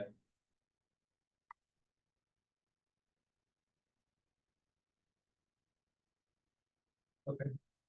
Well, this will be a shorter item, and that's fine, really. I think the letter is solid. I just want to make sure that it reflects the commission's view. And hopefully this is also, if not explicitly, then tacitly an endorsement of sort of this approach, that it's not a catalog, and we're not trying to aggregate every jurisdiction specific transit related priorities and put them in our letter, but rather to talk more broadly, which is kind of our role here. Okay. So we will give you, Don will send this out. This is what we'll do. Don will send this out again after the meeting with a hard deadline, a week or so, so that we can get your comments back. And then depending on what we're hearing from MDOT regarding the overall budget, we'll synthesize all that and figure out a way to send a letter. I will say that, and we said this last cycle, very appreciative, Tony, to the department for working with us. Very appreciative to be included in the CTP tour. I don't know if we're going to be first again this year, but you put us first last year. We look forward to that process. I think that we're developing a good rhythm. It's kind of a startup here. We got to get going, but I think it was helpful last year. I hope we'll advance the volume for this year. Okay, Don, do you want to add anything to any of that? No, I think that was. We don't have. We haven't, come out with dates just yet. Yeah. And I would, for the commissioners and for others, Don also prepared, and this is quite a bit of work, a document that's captioned a framework for transit in priority letters. This was submitted to you as well. And that was kind of his gathering up of priorities from prior letters, and, you know, maybe you just spend 10 seconds and explain what that document represents. Excuse me, I created that document out of last year's priority letters, so it doesn't go any further back than last year. But I did use it to to create the themes in the current priority letters, in the draft priority. Yeah, and it's very well done, and it's a relatively short document. If you read it, it's a really good overview of kind of how our stakeholder jurisdictions are thinking about their CTP and whether they change radically or slightly or not at all this year. I guess. Seems to. It's good to have it compared to the big, I mean. Okay, so we'll turn to the CMRTP update. The reason I said I do want to make sure I have time for working group updates. And Al, you obviously should please come up. You obviously should take time to do this, but we do have, we did create a group, a subcommittee or a committee, I forget what we call it, of this commission that is working directly with MTA on this as a way of, you know, being able to meet more frequently, people who really wanted to dig in on it. You'll be hearing about this. We've had one of those meetings. So we want to keep the commission in the loop, but a lot of the hard work day to day or bit by bit is going to be done with this working group that we've created. And obviously we'll be reporting to the commission and coming back as necessary to get full commission buy-in. So please. Yeah, I mean, and I just want to thank John for getting the work group set up. We had a successful meeting a week or so ago. Input has already been invaluable. And because of that, as John was saying, I think from here on out, our presentations to the full commission, we're going to try and be briefer, higher level, still give an opportunity to for the full commission to give input on the big picture decisions, but we're not going to get into the sort of level of technical detail that the work group is getting into. Today, we do want to give an update on the corridor analysis that we've been doing, both the sort of the corridor confirmation prioritization and the thinking we've been doing about modes, and then start to talk about what our next steps are for outreach, and then this sort of service improvement phasing question, and then obviously we'll talk about schedule as we move forward. So last time we talked about our sort of general framework for organizing and prioritizing the corridors. I'm going to give a quick refresher on that framework, but then sort of more detail walk through how we're implementing it. In the interest of time, I'm not going to spend a ton of time on this slide other than to just say we are trying to move away from the early, mid, and long-term opportunity language that we used last time around. But it's on this slide to kind of show a translation of where those terms fall in comparison to some of the segmentation and thinking that we've been doing this time around. And I'll get into that more detail on the next slide. But basically, we're trying to be more specific about what corridors need. So in this, what we mean by that is basically, this RTP update is going to describe the corridor segments that they don't necessarily need the same thing, even if there is a sort of equally high interest in transit or demand for transit in that corridor. So when we're sort of trying to put together what the network concept would look like, there's going to be some mixing and matching. There's going to be some assembling and disassembling of corridors. Overall geography will remain the same, but we've created these kind of 4 different categories of improvements. And that green category in the upper left that you see transit service and infrastructure, that's sort of what you probably think of when you think of sort of transit improvements, but we're trying to keep all of these in mind as we're working on the RTP. Before I get into talking about how we're identifying which corridor and segment falls into which, I'm just going to give an overview of what each of these terms mean. And I'm going to start in the top right corner and then work clockwise so you can follow along. Any corridors that are currently exhibiting high transit performance certainly need us to continue to maintain the performance of those corridors. Among what were the 30 RTP corridors in the previous RTP, there aren't too many of these currently. That's why they're in the plan for improvement, but it would include the current metro and light rail corridors. And for these, the biggest needs are state of good repair and addressing any localized operational challenges. And I'll note while we're on this topic that as you heard earlier, we had this budget increase from the legislative session. That increase in revenue is based on the need to adequately fund our transportation priorities at a safe and fully functioning system. And the funds that were added are really focused on state of good repair, things like light rail modernization program, things like the traction power substations, things along our current sort of the core rail network that people rely on today. And so you might not see it on the RTP map of improvements, but it's within the purview of the RTP. It's, in the previous RTP, there were a lot of strategies and discussion about improving current rail corridors. And all of that sort of thinking and priorities, that is encompassed in this maintain transit performance piece. And we want to make sure that it gets equal billing with everything else, because it really is the framework and basis for any kind of expansion that we're talking about. In layman's terms, that's the going pretty well, but let's not ignore it sort of category.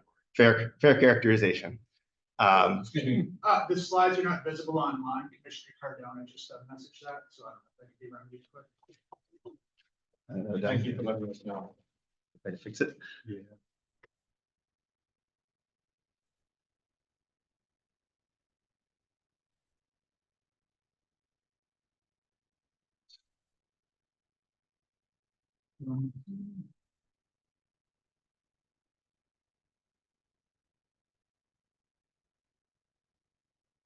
Yeah, we got the camera view online.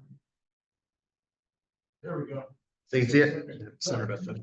Okay, great. Thank you, Luis. Please.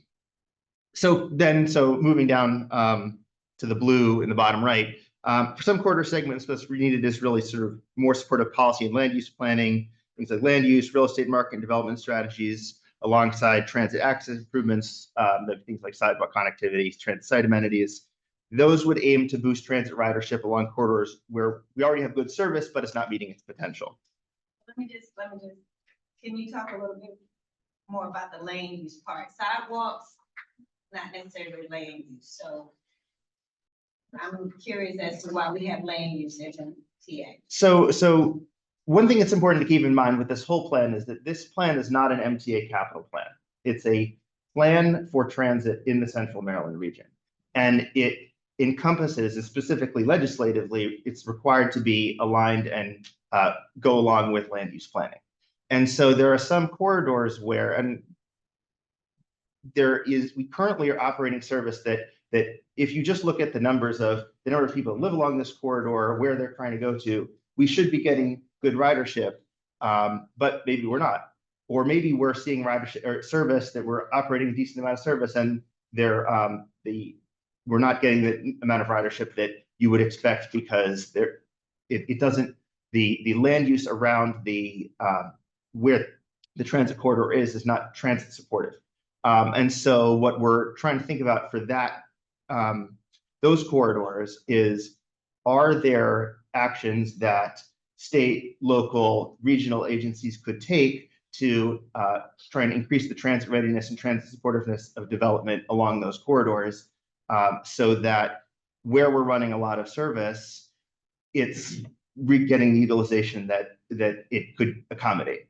And that is sort of the other side of the coin from the corridors that really are seeing currently very high ridership, even though we're not running as much service as maybe the demand would warrant. Andrew, I just say, I mean, in order for me to sort of process these, I sort of call that the MTA can't really do anything about this, and even if we had more money, it wouldn't necessarily make a difference, category. You know, it's like externalities, basically. But I think to the point though that Albert made, this group, this region can make a difference with this. Because I think the current light rail is maybe a good example. a lot of areas that have successful systems, when they're planning, they jointly plan land use and make zoning changes and make adjustments there, as well as building the transit. We built the light rail in the easiest possible path. In a lot of cases, the land use does not really support the level of service we're providing. But we do want to highlight that there's areas for the local jurisdictions to make changes to zoning, to make changes to land use, to invest in TOD, which will allow us to get more out of these investments we've already made and allow us to not make that mistake again, right? Like we don't want to continue down a path where we're building because people want to build, but the land use is not supportive of actual good transit. Yeah, just to reiterate, what I said was that MTA itself can't do anything about this. And it's not a question of money. It's a question of third parties, more specifically local jurisdictions and others, sort of meeting us in order to deal with these sorts of barriers and create more opportunities. Which is why I mentioned MTA specifically bringing in the land use part, maybe MDOT bringing in the land use part because we're building around the area with the local jurisdictions, but it was a little surprising because you already have the light rail. So looking at putting it in your study, it's almost, because normally it's already there and you bring the transit to it because it's there, because you know that it's building, but now it sounds like it's there and now you want people to build around it, you know what I mean? When you started talking about land use at MTA. Land use in MDOT, yes, but not necessarily at MTA. So then when you said sidewalks, of course, local jurisdiction, but that's not necessarily land use. We can put sidewalks. And again, just as a reminder, this is not an MTA plan. This is very intentionally a Central Maryland Regional Transit Plan. The way it was established in legislation and continues to be, that is all of the local jurisdictions that are part of it. So it's a transit plan for Central Maryland. MTA is the one who's working to develop it, but in coordination with this group. Last time around, there was a commission that helped develop it. Like it is very specifically intended not to be an MTA plan. And I think, MTA can comment on land use. Like if we're going to develop transit and successful transit, we need the land use to go along with it. We can't control it, nor can MDOT, to be very honest. I think they have a piece of it, but it really is local jurisdiction. Okay. So just to keep working our way around clockwise. So the bottom left, what we're calling transit coverage opportunity, that's sort of the where we're sort of gradually building transit demand over the long term, corridors that have had lower demand. And so that would be long-term actions like maybe adding additional fixed route trips to a existing service, some bus stop improvements, those type of long-term things to kind of build demand over the long term, because this is a 25-year time horizon of this plan. And then finally, top left, transit service and infrastructure. That's really those kind of comprehensive investments in the corridor that you sort of would think of as a transit corridor project. And that's what the mode suitability stuff that we're going to get into really is about. We haven't, in our technical work, made any determination about what corridors or segments, really fall into these just yet. We've been working on it. We have our own thoughts. The work group is thinking about it too, but we haven't made any kind of final decisions or determinations about that. I think that'll be coming in the summer when we do get some consensus among our group on that. And just to talk a little bit about how we are thinking about assigning the corridors to them. The competitiveness of transit, which is to say the ratio of transit travel time to auto or another travel mode. We have here across the bottom, the market share, that's the percentage of trips in a corridor that are currently made by transit. We have across the side of this graphic. And so that's on the right side, you have the corridors where transit travel time is competitive. And so at the top where you have good travel times and a high mode share, that's that maintained transit performance category. Bottom right, that's where you see competitive travel times, but you're not seeing the mode share that you might expect based on how competitive it is. That's where we're looking at what are those external factors that might be affecting the mode share and the transit meeting its potential. Bottom left is where we're seeing travel times that are not as competitive and relatively low mode share. And then the top left is where we're seeing high mode share, even though service is not competitive. And that's really where you're seeing a high level of transit dependency, and that's where those comprehensive investments in transit service infrastructure feel like they'd be warranted. That sounds like it could be something like you could really easily plot 2 data points. That's all you need, and then throw them on this graphic, and where do they fall? But you have to consider qualitative information, like what are the locals interested in, what do they want to do, what are their priorities, and we also need to think about what's the future hold. So that comes into what's the future transit demand that's been modeled, what are the future land use plans, and what do we think is potentially coming down the pike. So it's qualitative and quantitative, and that's why we're still working and talking about where the corridors could fall on that graphic, and then from there, what is potentially would be the prescription for corridors potentially. So just as a refresher, we are working with the local jurisdictions. All but one of the local counties and cities have adopted a new comprehensive plan since the last RTP. So we've reviewed all of those. We've had good conversations with a lot of the local land use planning staff. And so we're really incorporating that into our thinking about where do those corridors potentially fall on that quadrant, and are there corridors that maybe we might think need something but actually need something else. This would be a pause point for any questions, or I can press on if you want me to keep going. I think we can keep going. If anybody has a question, they don't seem shy, so Hey. go right ahead. So then we're moving into talking about modes. So in order to know to be able to make any kind of judgment about whether a corridor could be right for a major investment over the next 25 years, we need to know what could be potentially feasible along that corridor. So that's the goal of the mode suitability assessment phase of the RTP update, and that's what we're also in the thick of right now. There is obviously iteration between this and the sort of confirmation and prioritization process that I was just talking about. So within that transit service to infrastructure need category, we're acknowledging that not every corridor may warrant the same level of investment. So these are 3 kind of descriptive classes, large to small, of what might be in that category. So large investment would be significant separated guideway and station infrastructure and high capacity service, CIG new starts. So this would be things like Purple Line, Maryland 355 BRT in Montgomery County, our new starts projects. Medium investment would be a mix of separated guideway and mixed traffic segments, significant station infrastructure, medium capacity service corresponding to small starts. Local example of that would be the Beers Mill Road BRT in Montgomery County. And then transit priority infrastructure, that's things like Holly was talking about earlier, like the bus bulbs, dedicated bus lanes. It could be added to existing routes to make trips faster and more reliable with additional service. This is not a CIG program. It has been funded in the past through Tiger, Raise, Build, Raise, now Build again. So in our region, North Avenue Rising would fit into this category. Current East-West Transit Priority project, improving the City Link Blue and Orange is a transit priority infrastructure project.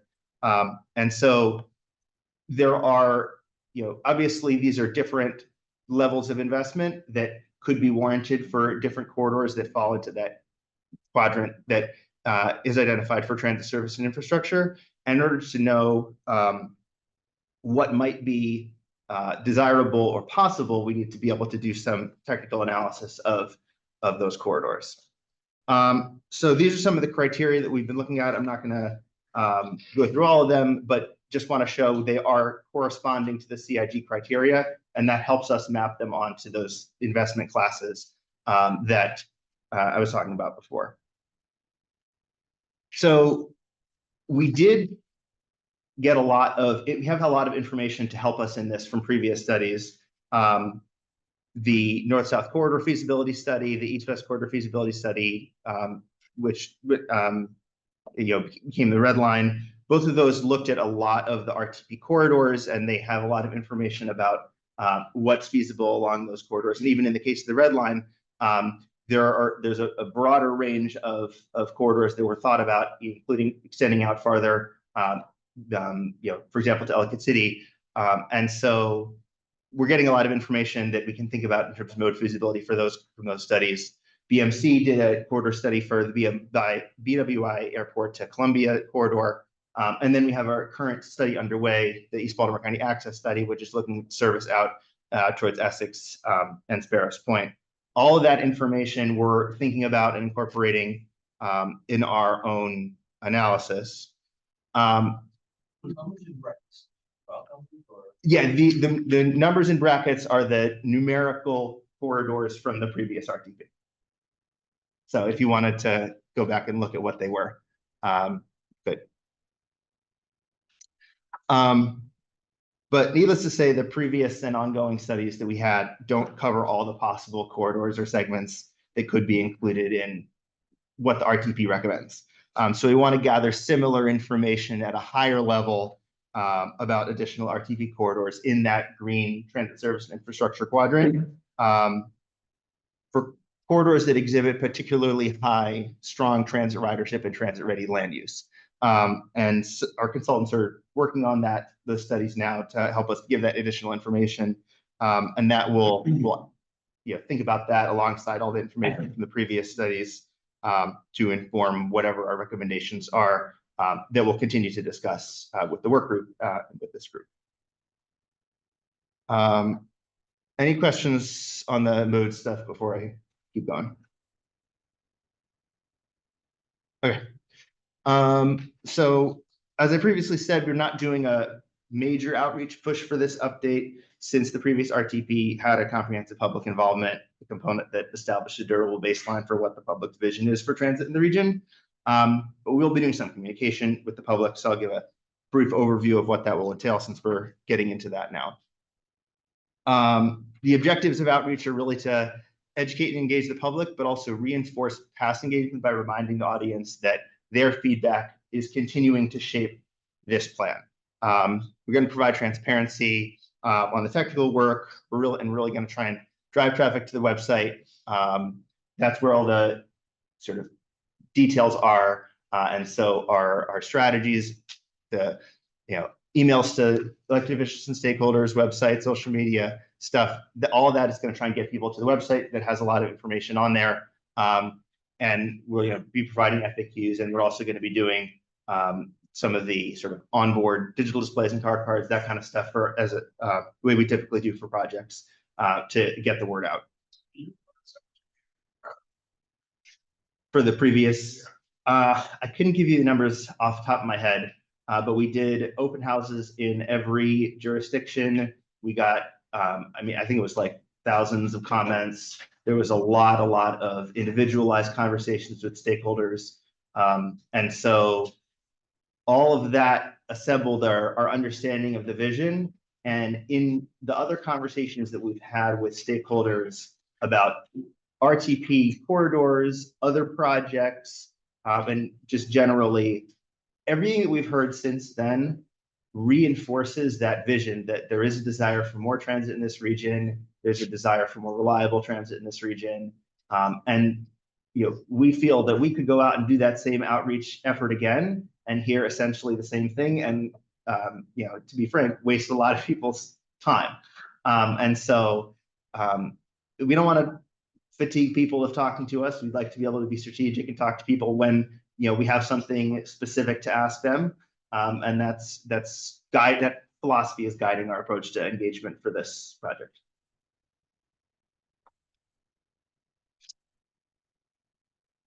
So just the last piece here, which gets to what I talked about earlier about this is a long time horizon plan.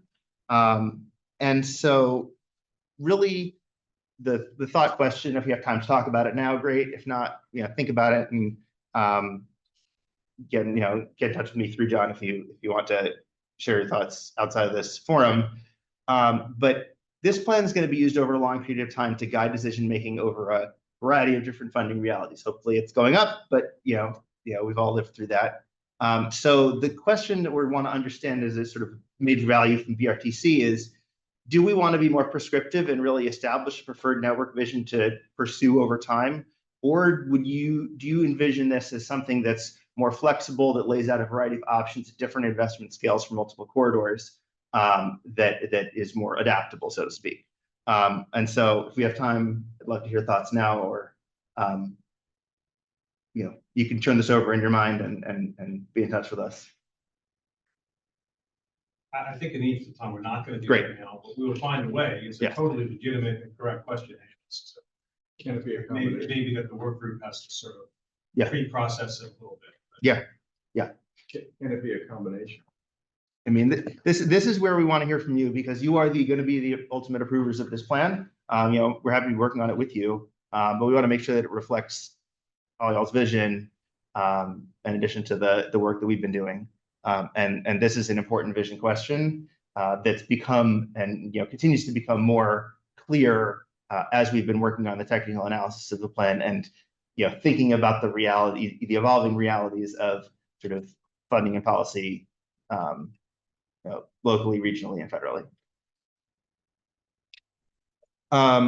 So schedule-wise, we're going to be back in July, but we're going to be having monthly work group meetings, and we're continuing to work internally with our consultants. So next time we're going to talk about some of these big picture questions, and then also start to talk about the actual RTP update document that we're going to be hopefully starting to develop that document in when we come back to you in beginning of July. And that's it. Andrea just explained to me that, I mean, 5 years is not that long, right? Since so I just want to reiterate, because I've raised the same question, that you're looking seriously at doing sort of we haven't settled on the word, and I don't want to box you in, but sort of an addendum to the existing plan. It's not sort of like there was a plan, now here's a brand new plan. Correct. There's some way to sort of say, here are the changes we think need to be made to the plan so that people can understand it as Correct. As a modification. Yeah, that's how we envision the document to be, rather than a revision of the whole plan. I think, if I could come in, one thing that I think we maybe didn't get exactly right last time was the corridors. I think having 30 corridors on a map is confusing and not incredibly helpful as we're looking forward. And in many cases, as you saw in his earlier slide, when we were doing corridor analysis, we chose to combine a lot of them already anyways. And so I think as an addendum to this, it may be an opportunity to go ahead and say like, hey, this is the simpler map that makes a lot more sense. And so that's one area where we are looking to really change. I was saying that you make a good point, which would be potential. Maybe there's like, here's the fundamental stuff, and then here's the backup of like the more complex spaghetti version of it, right? So that we're not leaving the subtleties behind, but that we're also doing something that's more digestible, which I think is right. So what you're saying? Yeah, I mean, 30 corridors is just, if you look at that spaghetti, we talked about spaghetti earlier, right? I think that map is spaghetti. It's hard to really identify like what the region should be looking at. Yeah. Well, the work group will continue on a monthly basis. We'll figure out how to answer all these questions. You're doing a great job of writing a framework, and thank you for the update. Hey, glad to be here. Thanks for your time. All right, Don, you've got 22 minutes. You didn't say you're going to do them in 15 minutes, so I guess we're giving you back 7 or whatever it be. So, but I'll let you decide how you want to do this. The one thing I'll say is, I really appreciate the work groups. This 2-month schedule means that the work groups, we did it so the work groups would work in between, so that they would take on things that are of particular interest to commissioners. You could dig in and have some ownership of them. And also to try and rebalance a little bit between the staff and the commission, and that I want the commissioners to take the lead. And I know we'll have presentations today from the leads for the work groups commissioners, as opposed to just the staff, sort of a tag team version of that. So I'm very satisfied with this sort of transition as we continue to mature in our sort of structure here. But Don, I'll leave it to you to conduct the orchestra here for how you want to do these remaining items. Well, we asked Marcus to talk about lots, so maybe Marcus, do you want to go first? Yeah, good afternoon, I guess it is now, everyone. The report out on our lots work group, which we've established or talked a little bit about at our last commission meeting. We made some significant progress over the last 2 months with a series of virtual meetings and calls with representatives from MTA's Office of Local Management, Local Support, Transit Support, Baltimore County, Baltimore City. They joined the partners that were already here with us, which are Howard County, Anne Arundel County, and of course, City of Annapolis. For those that don't know, LOT is just an acronym for Locally Operated Transit System. And there are approximately 22 lots in the state of Maryland, but we're going to focus on just the Baltimore region, which is just 5. Baltimore City, Baltimore County, Howard County, Anne Arundel County, and the City of Annapolis. The goal of this work group is to identify and develop a list of focus areas where collective input can be measurable and lead to some tangible improvements within these lots. So during our recent sessions, we began brainstorming some topics that we thought were good to work on, but we want to get the alignment with the regional priorities. So we'd like to hear the commissioners' input on what we have. So next week, we're going to ask BMC if they would send out an email to the commissioners with some of the thoughts that we have developed. And we'll kindly ask you to kind of look back or prioritize or give us your feedback on things that you'd like us to work on. So we came up with about 5 or 6. I won't say them now, but next week we'll send some out, and if you would respond back, and we can give you an update at our next meeting of how we're progressing and which ones we chose first to work on. Don, I don't know if you want to add a little bit more or anything. That was good. Thank you. I'm going to talk about the staffing report. We have a draft that is at your seat there. It is near final draft. Last call for any ideas or changes in it. We have some formatting and editing items to take care of, and then we are calling it complete. Basically, it has several findings. Some of the big findings, generally speaking, offer better pay and benefits, grow your workforce, expand MTA's workforce, and reduce contractor reliance. Things we've talked about in the staffing group. And recruit and keep some workers, provide training, clear career paths, and use workforce data to improve hiring. It has some department-specific recommendations, principally maintenance staff hiring, hire more maintenance workers to expand training programs, keep buses and trains running. Capital program team, add staff to manage major projects like the purple and red lines and hundreds of smaller capital projects. Transit police, improve support for officers and improve hiring and retention while considering community-based safety programs to augment and close gaps. Just to remind the commission, this is an update of a report that was done by the MTA and provided to the General Assembly in 2022. We've replicated some of their analysis and updated it and provided a couple new ways to look at MTA issues.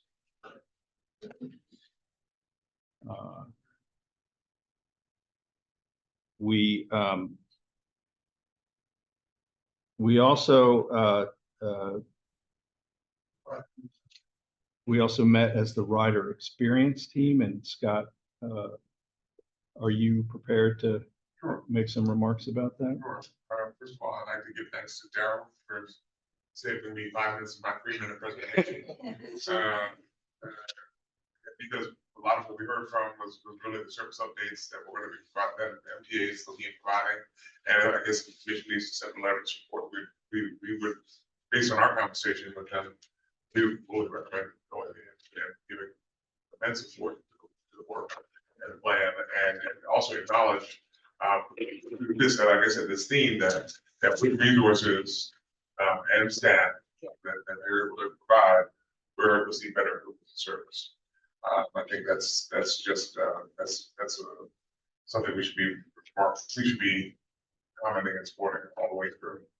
We also had a update on performance management, and this was the second theme of I think our conversation, because both Daryl and Cole Green and Michael Helta really demonstrated that what MTA does in terms of improving the rider experience is not just willy-nilly, but it is based on data and customer information. The presentation by Cole and Michael sort of helped underscore that with their work on lots of things that probably went over my head on how they use data. But one of the things that they have done is doing pilot on the bus systems of actually doing monitoring and implementation of new screening vehicles to monitor and improve the on-time performance. And I think what was most heartening and interesting about it was the engagement of the operators in wanting to see better performance rather than seeing this tool as something that was ominous and watching them and monitoring them, that they were actually partners in the continuous service improvement of the system. And so it does go to show that good data, good management, and can lead to sort of shared excellence in delivering performance. Thank you. The project and program delivery work group did not meet. But to that end, I'd like to, with the commission's permission, talk about scheduling generally of work groups. And I think it would be sensible for us to consider standing dates for these work group meetings. Fridays generally have been okay for the commission to meet. So to that end, I have a little calendar. I'm trying to share this so that folks can see those that are online. I'm not seeing it because I closed it. Oh, there it is.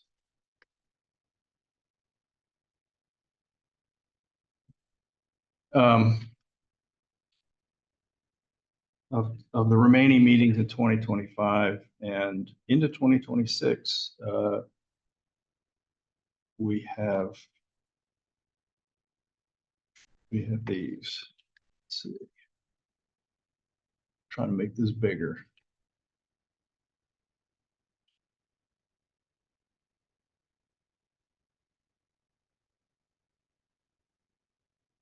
Well, that wasn't much help.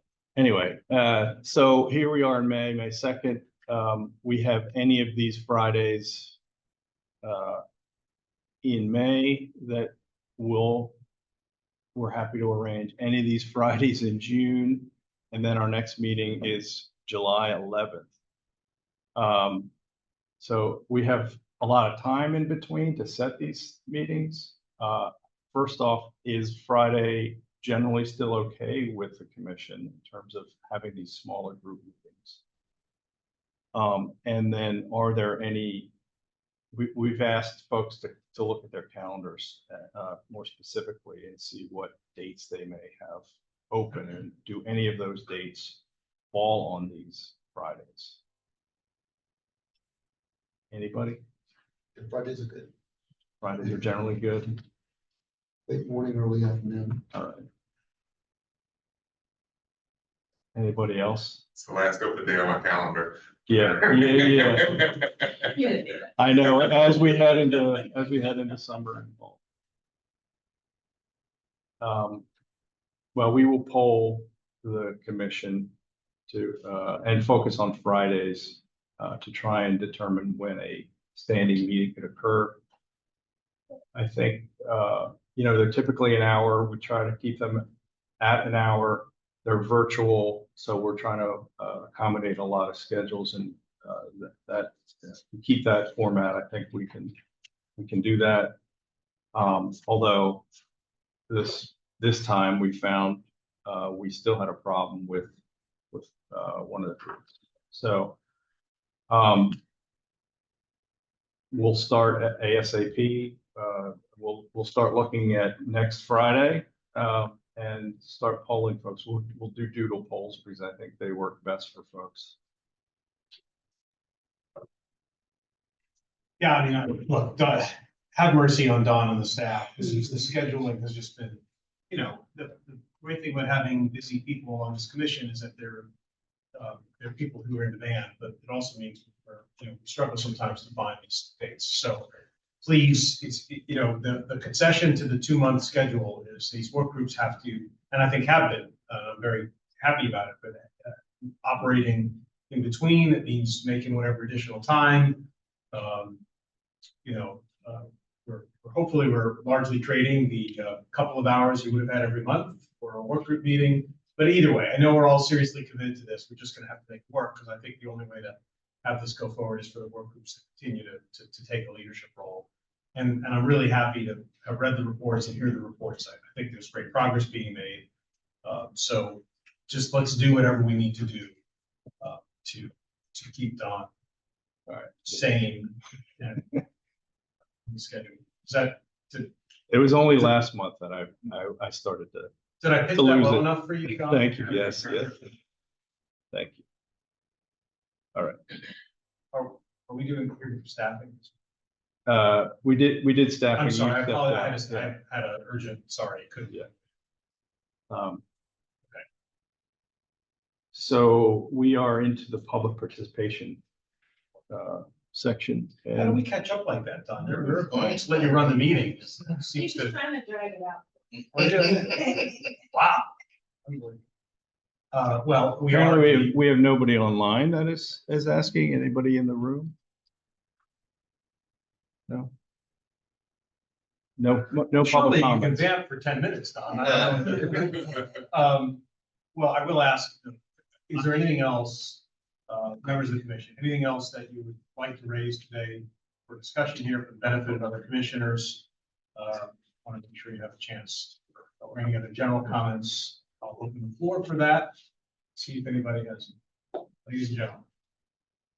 Anybody online from our? All right, well, if not, is there a motion to adjourn? Second. All in favor, aye. All right. Sure, thank you very, very much.